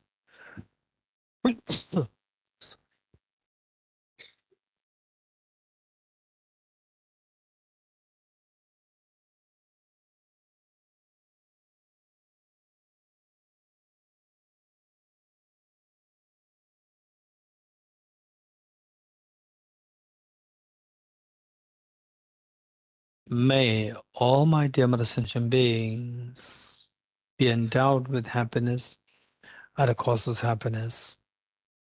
I will take the responsibility that all my dear mother sentient beings are endowed with happiness and the causes of happiness. The Buddhas and Bodhisattvas witnessing the doing is such a great commitment. Like the mother, after all these many years of bearing the hardship of raising her children, and today, the eldest daughter, just age 12, and you as eldest daughter, age 12, and you as eldest son, age 11, come to the mother, telling the mother, Mother, you have done everything for us. You love us so much. We are so grateful to you in enormous compassion, love, and kindness. Now we are grown up. We'll take care of our siblings, other siblings. And the mother couldn't believe her eyes. And yes, she felt so proud and happiness. That's exactly what is happening to all the Buddhas and Bodhisattvas. They're so proud and happy over you, taking the responsibility of all the demonstration beings on your shoulder. And this happiness and the pride all Buddhas and Bodhisattvas feel, the invoke the compassion minds to omniscient mind to send forth nectars, very soothing lights towards you and all demonstration beings. The mere touch of lights and nectars of the Buddhas beings yours instills in all happiness and the causes happiness within your mind and all demonstration beings.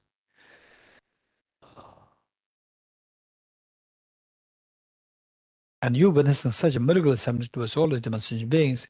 You're intensely happy. Take 3 deep breaths, sigh with relief.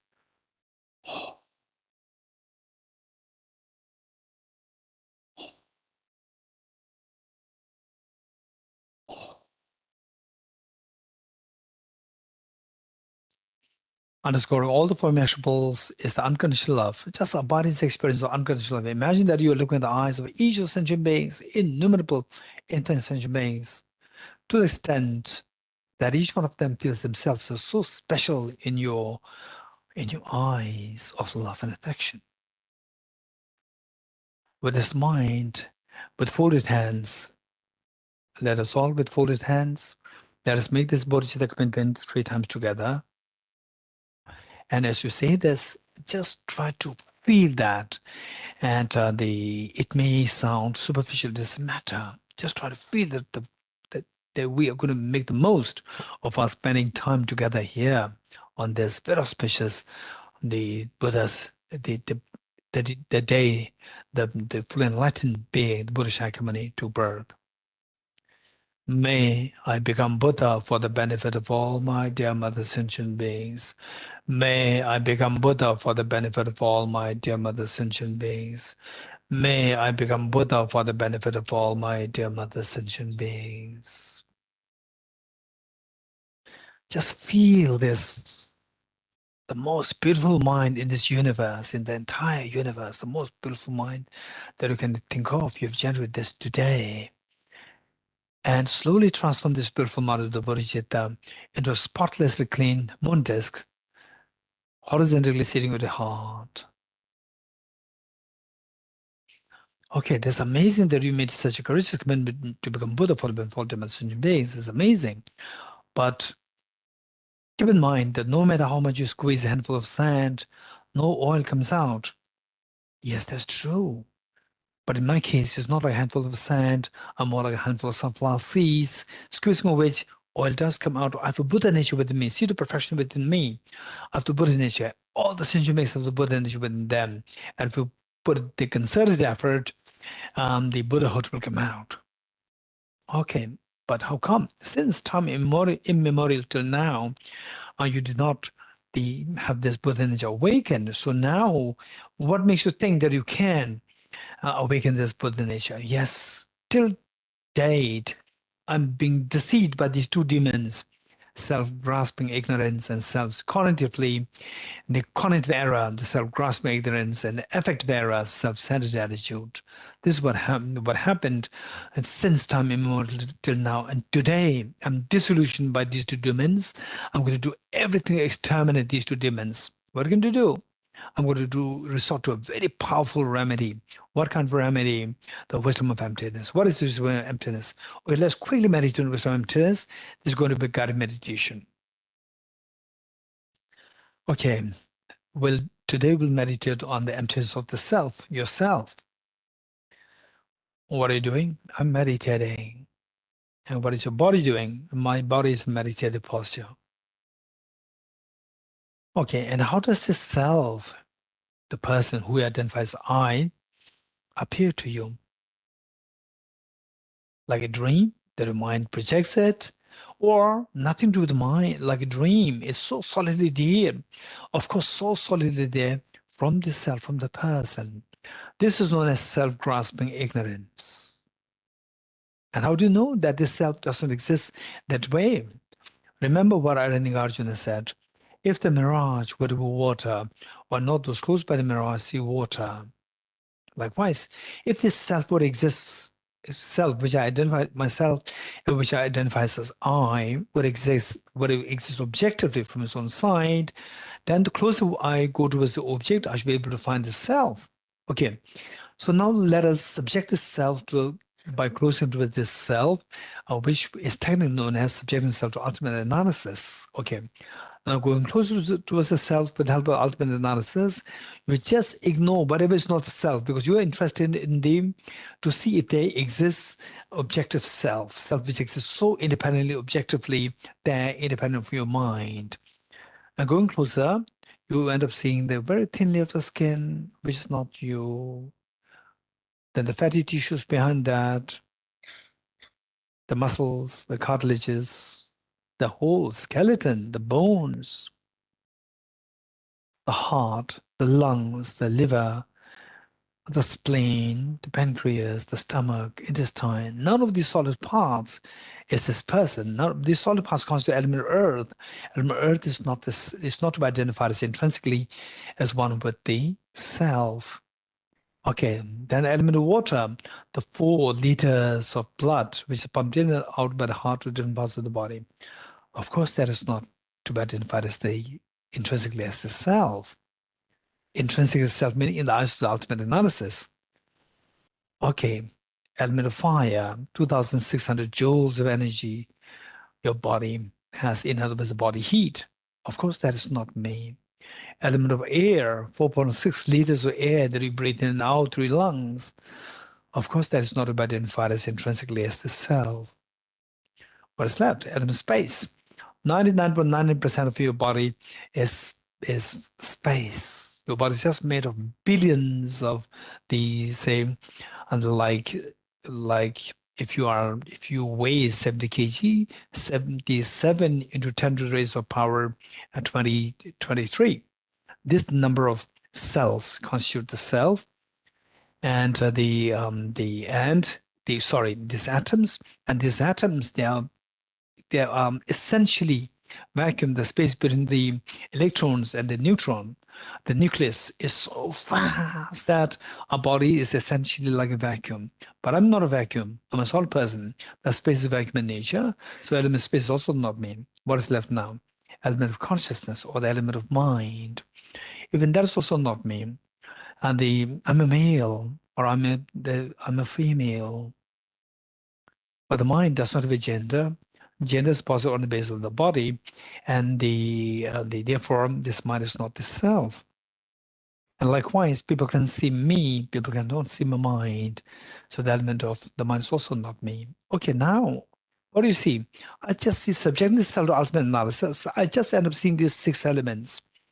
And which among the 6 elements is to be identified as intrinsically to the self, as intrinsically one with the self, or intrinsic to the self? None. If you're sure that in ISO ultimate analysis, none of these elements is to be identified as self, then this is what you got, that this self is empty of objective existence, to be identified as one with its parts. So now, if you still believe that the self exists as intrinsic different from the parts, remove the 6 elements and see what is left. Remove the 6 elements, nothing is left there. If you're confident, if you are convinced with this, you see that the self is empty of being intrinsically different from its parts or 6 elements. Okay, now, what do you see? Where is the self from the object? From the object, there's no self to be identified at all. It is life. From distance, you see the forest. Going into the forest, you see the individual trees. Nowhere to be seen the forest. Wow, that's amazing. Okay.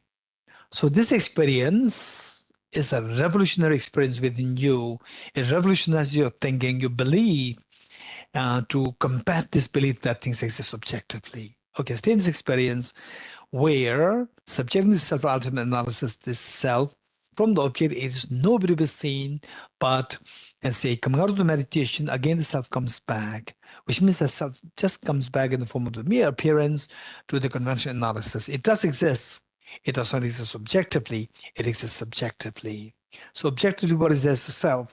Nothing to be there, nothing is there to be identified as the self. Since experience for a while, that the self from objectively is just empty, since experience. Slowly transform this wisdom of emptiness into a spotlessly clean, white, thumb-sized white Vajra, vertically sitting on the Montesquieu heart. Wow, that's amazing. Now, this is the meaning of the non-dual bodhicittas. The moon depicting the conventional bodhicitta, and the Vajra, symbolic of the ultimate bodhicitta. The moon depicting the conventional bodhicitta, meaning the mind which wishes to become enlightened for the benefit of sentient beings. And the Vajra symbolizing the ultimate bodhicitta, which is the non-dual wisdom of emptiness of the Arya Bodhisattvas. Amazing. So these two will guarantee that your self-grasping ignorance and self-centered attitude, along with all the mental stains, are to be eradicated, cleansed completely, that your Buddha nature becomes unveiled fully, where you experience a total fearlessness, infinite happiness. Amazing. Meanwhile, let's not forget that your 2 parents, your children, and all the dear sentient beings, they are suffering there. Yes, but intense compassion towards them. And this compassion that you generate now towards all the beings, invoke the Vajramuni in your heart to multiply infinite number of times. And share one set of the Vajramuni at the heart of a mother, one set with the heart with your father at his heart, one set with each one of your children, each one of family members, and each one of the beings in your own country, each one of the beings, all the sentient beings in the Milky Way galaxy, in the entire universe. Now, all the sentient beings, they have the Vajramuni at their hearts. Amazing. This is the greatest gift that you have offered to them. That's amazing. Meanwhile, let's not forget that all the Buddhist Bodhisattvas, they're watching us.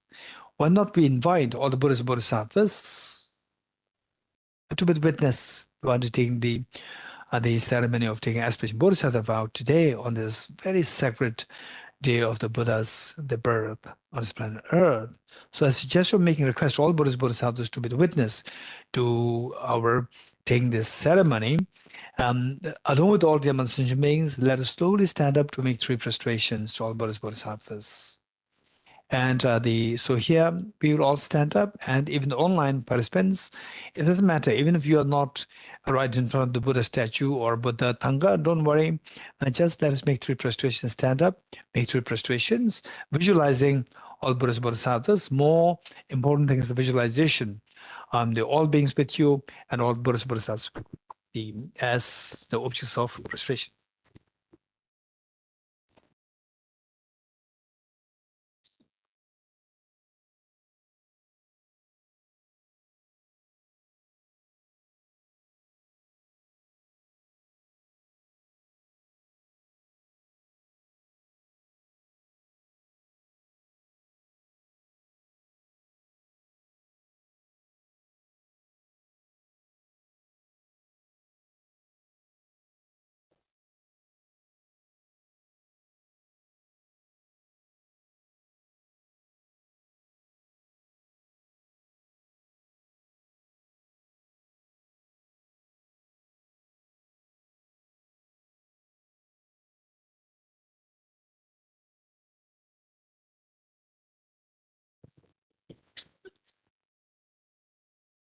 Okay, let us see if you can sit on your right knees.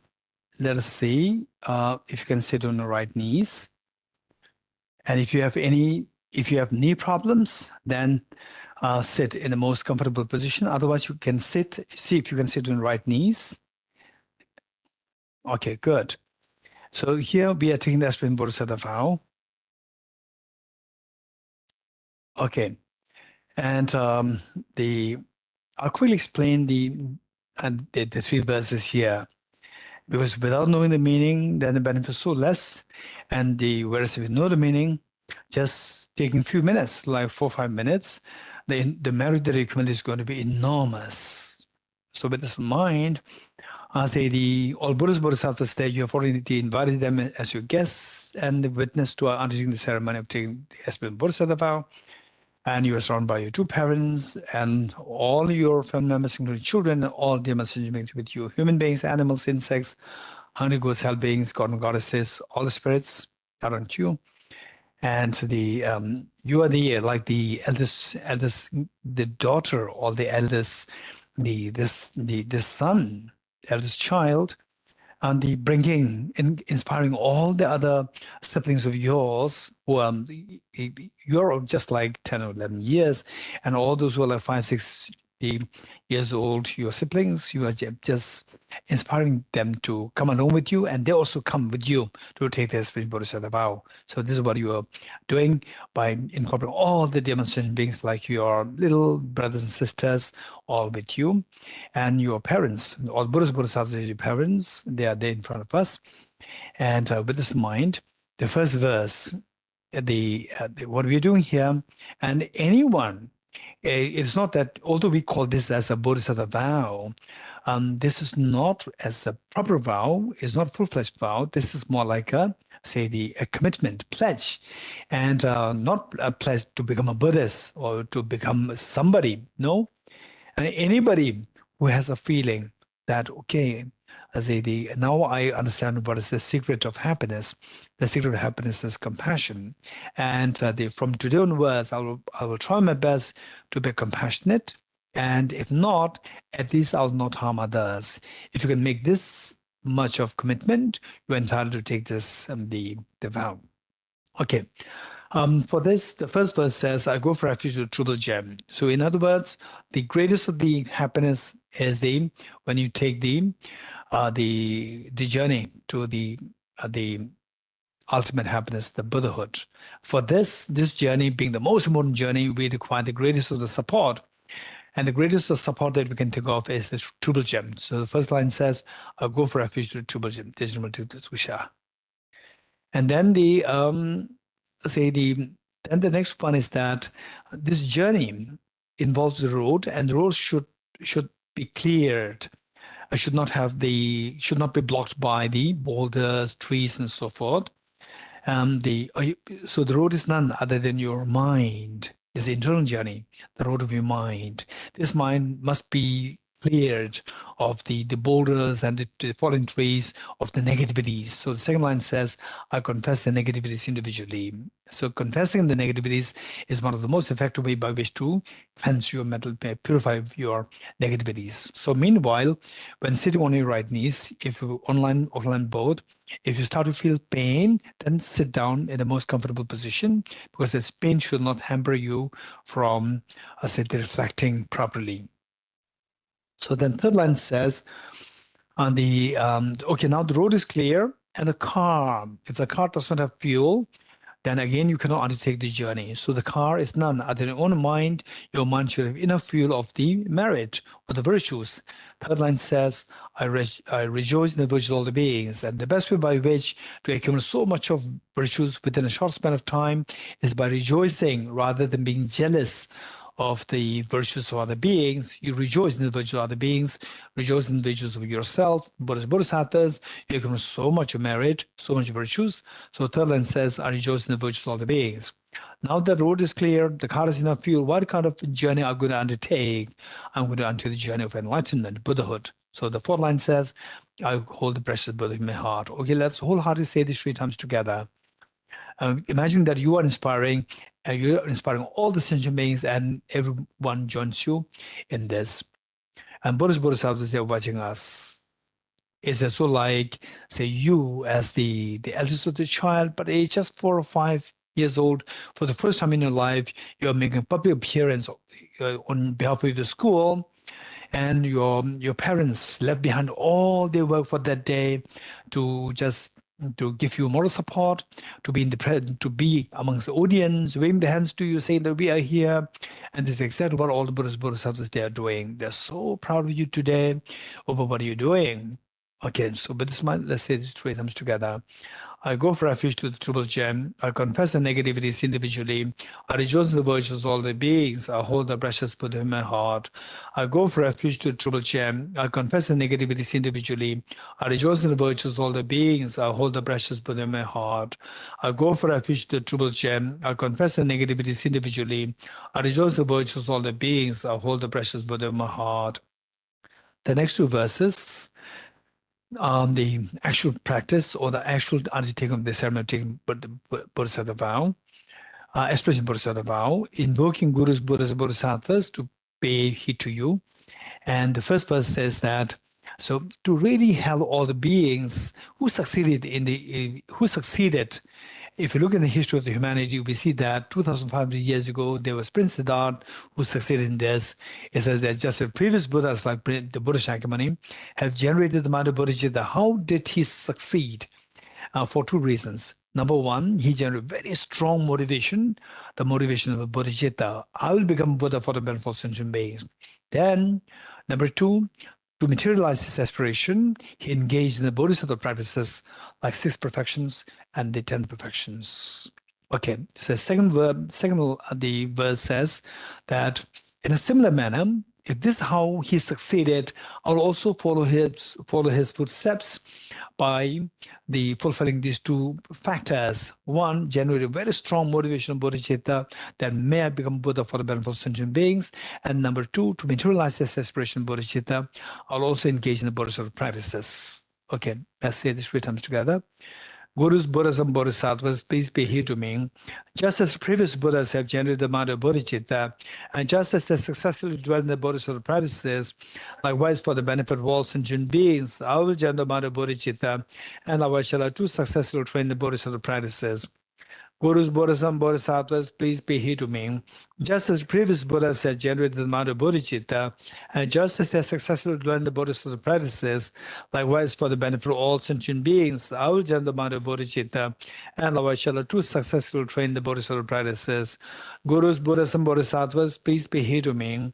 Just as previous Buddhas have generated the mind of bodhicitta, and just as they successfully dwell in the bodhisattva practices, likewise for the benefit of all sentient beings, I will generate the mind of bodhicitta, and likewise shall I too successfully train the bodhisattva practices.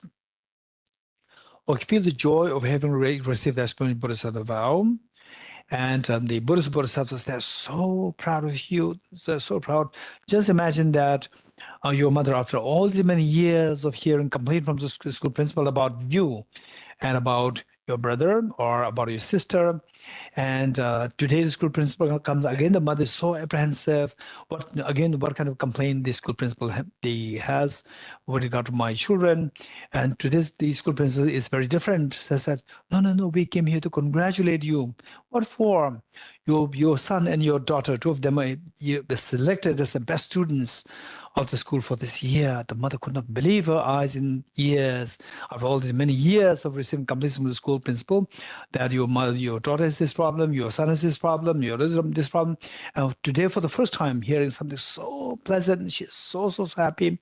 This is exactly what happens to all the Bodhisattvas today on this auspicious day. Since time immemorial, we have been bringing only, the sadness in the minds of Bodhisattvas. They wish us to do good things so that we don't have to suffer. On the contrary, we do all the negative karmas, accumulating negative karmas, generating afflictive thoughts, and thereby we continue to suffer. And today, on this day, we do something very different, which we never did before. And all the Bodhisattvas, like the mother, feel so proud of you. And this pride and happiness, all the Bodhisattvas experience, invoke the Vajra moon at their hearts to multiply infinite number of times, like rain shower. Barrage of the set of Vajra moon from Buddha's Bodhisattva descend to merge with the one they visualize in the heart.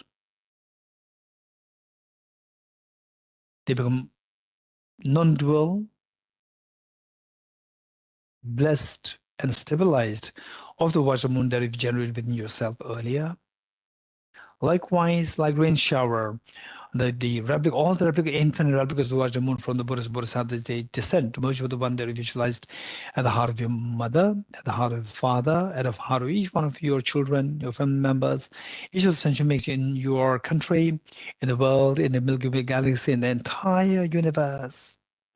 Now, all the sentient beings for whom you have shared your Vajra moon at the heart, they're being blessed, become non-dual and stabilized by the descent of all these replicas of Vajra moon from all the Bodhisattvas. It's amazing.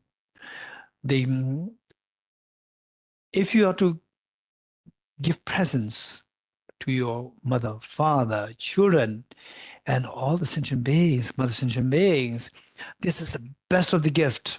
You can't imagine better than this gift. And this is where you become Buddha. You inspire them to become Buddha. And they are free from all the fears. They will experience the infinite happiness. And of all the offerings that you can think of to make to all the Buddhas, Bodhisattvas, Buddha Shakyamuni made it very clear that the generating one moment of compassion for all the beings far excels and making the offering of the whole universe filled with gold, diamond, gems to all Buddhas, Bodhisattvas. If this were to be the case, what I mentioned of our having taken the Aspirational Bodhisattva Vow today, so this is the best of the offerings that you can make to all Buddhas, Bodhisattvas, and today you made this offering to all Buddhas, Bodhisattvas on this holy, very sacred day. And of all the meanings of your life, you see that this is the greatest meaning when you start that you embark on the journey of total fearlessness and infinite happiness. And today you did it. You extracted the greatest meaning out of life today. It's amazing. This is to be really celebrated. What we've done. So, and all this happens because of the kindness of all the Buddhas, Bodhisattvas, as a gesture of thanking them for what has happened today. Along with all the eminent sentient beings, let us slowly stand up and make prostrations to all Buddhas, Bodhisattvas.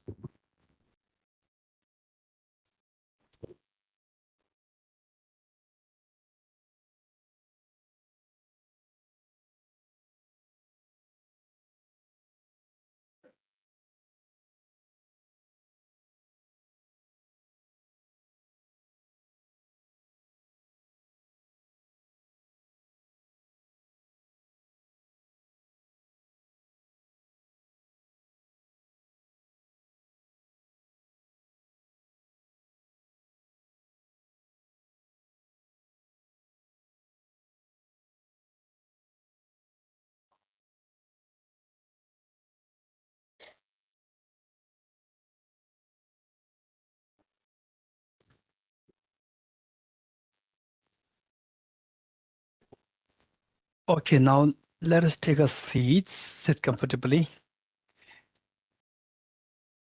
This is indeed a great day, a very blessed day. And yes, this is really the wonder. And if we can sustain this practice, not necessarily every day, but of course, the similitude of what we did today, like practicing compassion, reciting the 4 verses, the 4 seals, and then the 3 verses which we read, and then the think a little bit about emptiness on daily basis, your mind will continue to become stronger, stronger, stronger, and happier, happier, happier, and more stable. And so this life, this is how we take care of ourselves in this life. We are very fortunate. Then what about next life? So next life, we cannot really be sure. So for that matter, we do our best in this life so that the flow of the momentum will be there. Momentum can be maintained in the future lifetimes, and also include that in the form of very powerful prayer, which we're going to say this here 3 times together. Which page is it? Page 51. Page 51. Page 51 for the offline, the participants. Page 51. Let us wholeheartedly say this 3 times together. Throughout my future lifetimes, may I always be guided by the compassion of Buddha and be able to uphold the true precious bodhicittas even at the cost of my life.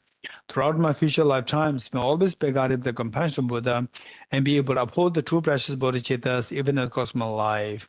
Throughout my future lifetimes, may I always be guided by the compassion of Buddha and be able to uphold the true precious bodhicittas even at the cost of my life. Okay, then in the next life, that when you, so this verse will help us to connect us with the practice of the bodhicitta, the benefits, continue. And this will help us to connect with the teaching of bodhicitta wisdom of emptiness. And the following verses to trigger, to invoke the spirit of joy, the joyous intent, joyous feeling. And this will make us sure that in the next lives, when you do come in contact with the teaching, the Dhamma Bodhichitta Wisdom Emptiness, then you will rigorously engage in this practice, because when you find joy, there's a rigor automatically accompanying that. So we will recite the following verses to invoke the joy within us over the bodhicitta, over what we did now. In order to further increase this bodhicitta from now on, those with discernment who have lucidly seized and awakened the mind of bodhicitta in this way should highly praise in the following manner. Today my life has borne fruit. Having well obtained this human existence, I've been born in the family of the Buddha, and now I'm one of Buddha's children. Thus, whatever actions I do from now on must be in accord with the family. Never shall I disgrace or pollute this noble and unsullied race. Just like a blind man discovering a jewel in the Hebrew rubbish, likewise, by some coincidence, an awakened mind has been born within me. It's a supreme ambrosia that overcomes the sovereignty of death. It is inexhaustible treasure that eliminates all poverty in the world. Is a supreme medicine that quells the world's disease, is a tree that shelters all beings wandering and tired on the path of conditioned existence. It is a universal bridge that leads to freedom from unhappy states of birth. Is the dawning morn of the mind that dispels the torment of the disturbing conceptions. Is a sun that finally removes the misty ignorance of the world. Is the quintessential butter from the churning of the milk of Dharma. For all those guests traveling on the path of conditioned existence, who wish to experience the abundance of happiness, this will satisfy them with joy and actually place them in supreme bliss. Today, in the presence of all protectors, I invite the world to be guests at a festival of temporary and ultimate delight. May gods and demigods all be joyful. Okay, we'll do a short dedication prayer here. Before we do dedication prayer, yes, okay, we'll do a short dedication prayer. These 2 verses together, just following this, what we read now in the case of the offline participants here. So let us take the merits that's gathered, that His Holiness the Dalai Lama, the true source of joy and happiness on this earth, that he lives long and that his wishes be fulfilled spontaneously, and particularly his wish of the universal ethics to be disseminated all over the world in the minds of the young and the old alike, and in the universities, in the colleges, in the institutions, in the minds of everyone. And let us also pray that that all these great learning centers of the different traditions of this, the Theravada Buddhism, Chinese Buddhism, Tibetan Buddhism, anywhere, wherever, there is a true spirit of the cultivation of the compassion, cultivation of the wisdom, and cultivation of the spirit of inclusivity. May all these learning centers thrive in the activities of study, reflection, meditation. And let me personally dedicate merits together that each one of you, both offline and online, that through concerted effort, they soon be able to see the dawn of the wisdom of emptiness and the unconscious love of Bodhichitta within you, that you become such a reliable guide to lead all demonstration beings to its ultimate happiness. May the teaching of the compassion of Buddha Shakyamuni, the teaching the universal compassion of Bodhichitta, and the incredible wisdom of the wisdom of emptiness, may these two teachings thrive everywhere in the world and in the entire universe. So with this mind, let us recite the following verses. I dedicate the merit thus gathered towards the realization that is in the prayers of Buddhas and Bodhisattvas of 3 times, and to the upholding doctrine, scripture, and insight. May in all lives, through the force of this merit, never separate from the 4 wheels of the Mahayana vehicle, and accomplish all the stages of the path, renunciation, bodhicitta, perfect way in the 2 stages. From my 2 collections, past the space that I've amassed, from working with effort, this practice for a great length of time, may I become the chief leading Buddha for all those whose minds is blinded by ignorance. Let's recite the Buddha Shakyamuni mantra like 7 times. Om Muni Muni Ma Muni Swaha. Om Muni Muni Maha Muni Swaha. Om Muni Muni Ma Muni Swaha. Om Muni Muni Maha Muni Swaha. Om Muni Muni Maha Muni Swaha. Om Muni Muni Maha Muni Swaha. Om Muni Muni Maha Muni Swaha. Om Muni Muni Maha Muni Swaha. Om Muni Muni Maha Muni Swaha. Om Muni Muni Maha Muni Swaha. Om Muni Muni Maha Muni Swaha. Om Muni Muni Maha Muni Swaha. Om Muni Muni Maha Muni Swaha. Om Muni Muni Maha Muni Swaha. Om Muni Muni Maha Muni Swaha. Om Muni Muni Ma Muni Swaha. Om Muni Muni Ma Muni Swaha. Om Muni Muni Ma Muni Swaha. Om Muni Muni Ma Muni Swaha. Om Muni Muni Ma Muni Swaha. Om Muni Muni Ma Muni Swaha. Okay, so at the end, after the mantra recitation, we have the tsog offering. Tsog offering meaning edibles offered to all the Buddhas and Bodhisattvas, and then this will be distributed to all of us here and online. Sorry, the offline. Yes, the offline. There are many of them who came here, and particularly some younger ones can come up after this recitation. Come up, Suji. Go ahead. And okay, this you'll make the announcement. Okay, announcement change do. 다른 change. Ale. Ore. Ire. Ore. Di corda kunzu kora. Online kora. Okay, so our program coordinator will make the announcement. And thank you very much, each and every one of you, for joining with us today. And after this, we're going to be having our yeah. And thank you very much to all the online participants as well for joining with us today. And for the offline participants, after we conclude this session, we have made the arrangements for tea and some refreshments. So I would like to request each and every one of you to kindly help yourself at the gallery room. Thank you very much. Give me the other side. To the other side, adjacent to this room. Thank you. Thank you all. Thank you. And the snacks, the refreshment open as the and the soul offering. These two are different. Soul offering is the blessed one. Blessed one you take home, distribute to your family members, is the indication of compassion, the wisdom of interdependence, understanding of interdependency. What's the snacks is for to fill your stomach. Yeah. Okay, we'll say this mantra together. 7 times. Teoto Om Gate Gate Paragate Parasamgate Bodhiswatyata Om Gate Gate Paragate Parasamgate Bodhiswatyata Om Gate Gate Paragate Parasamgate Bodhiswatyata Om Gate Gate Paragate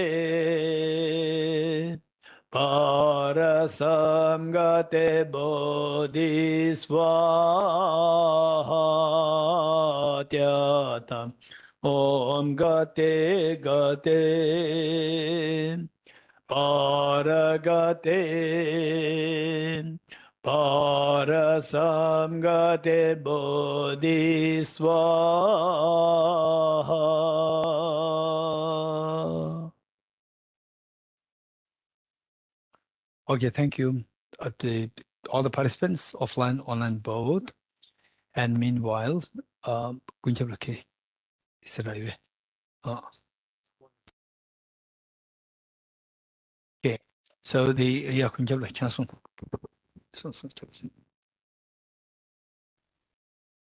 Hello.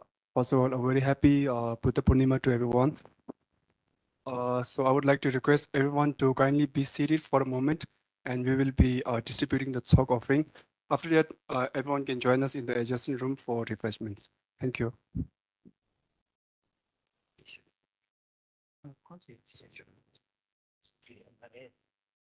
Okay, some young people just come, just with salt, and others sit down. So those like my age sit down.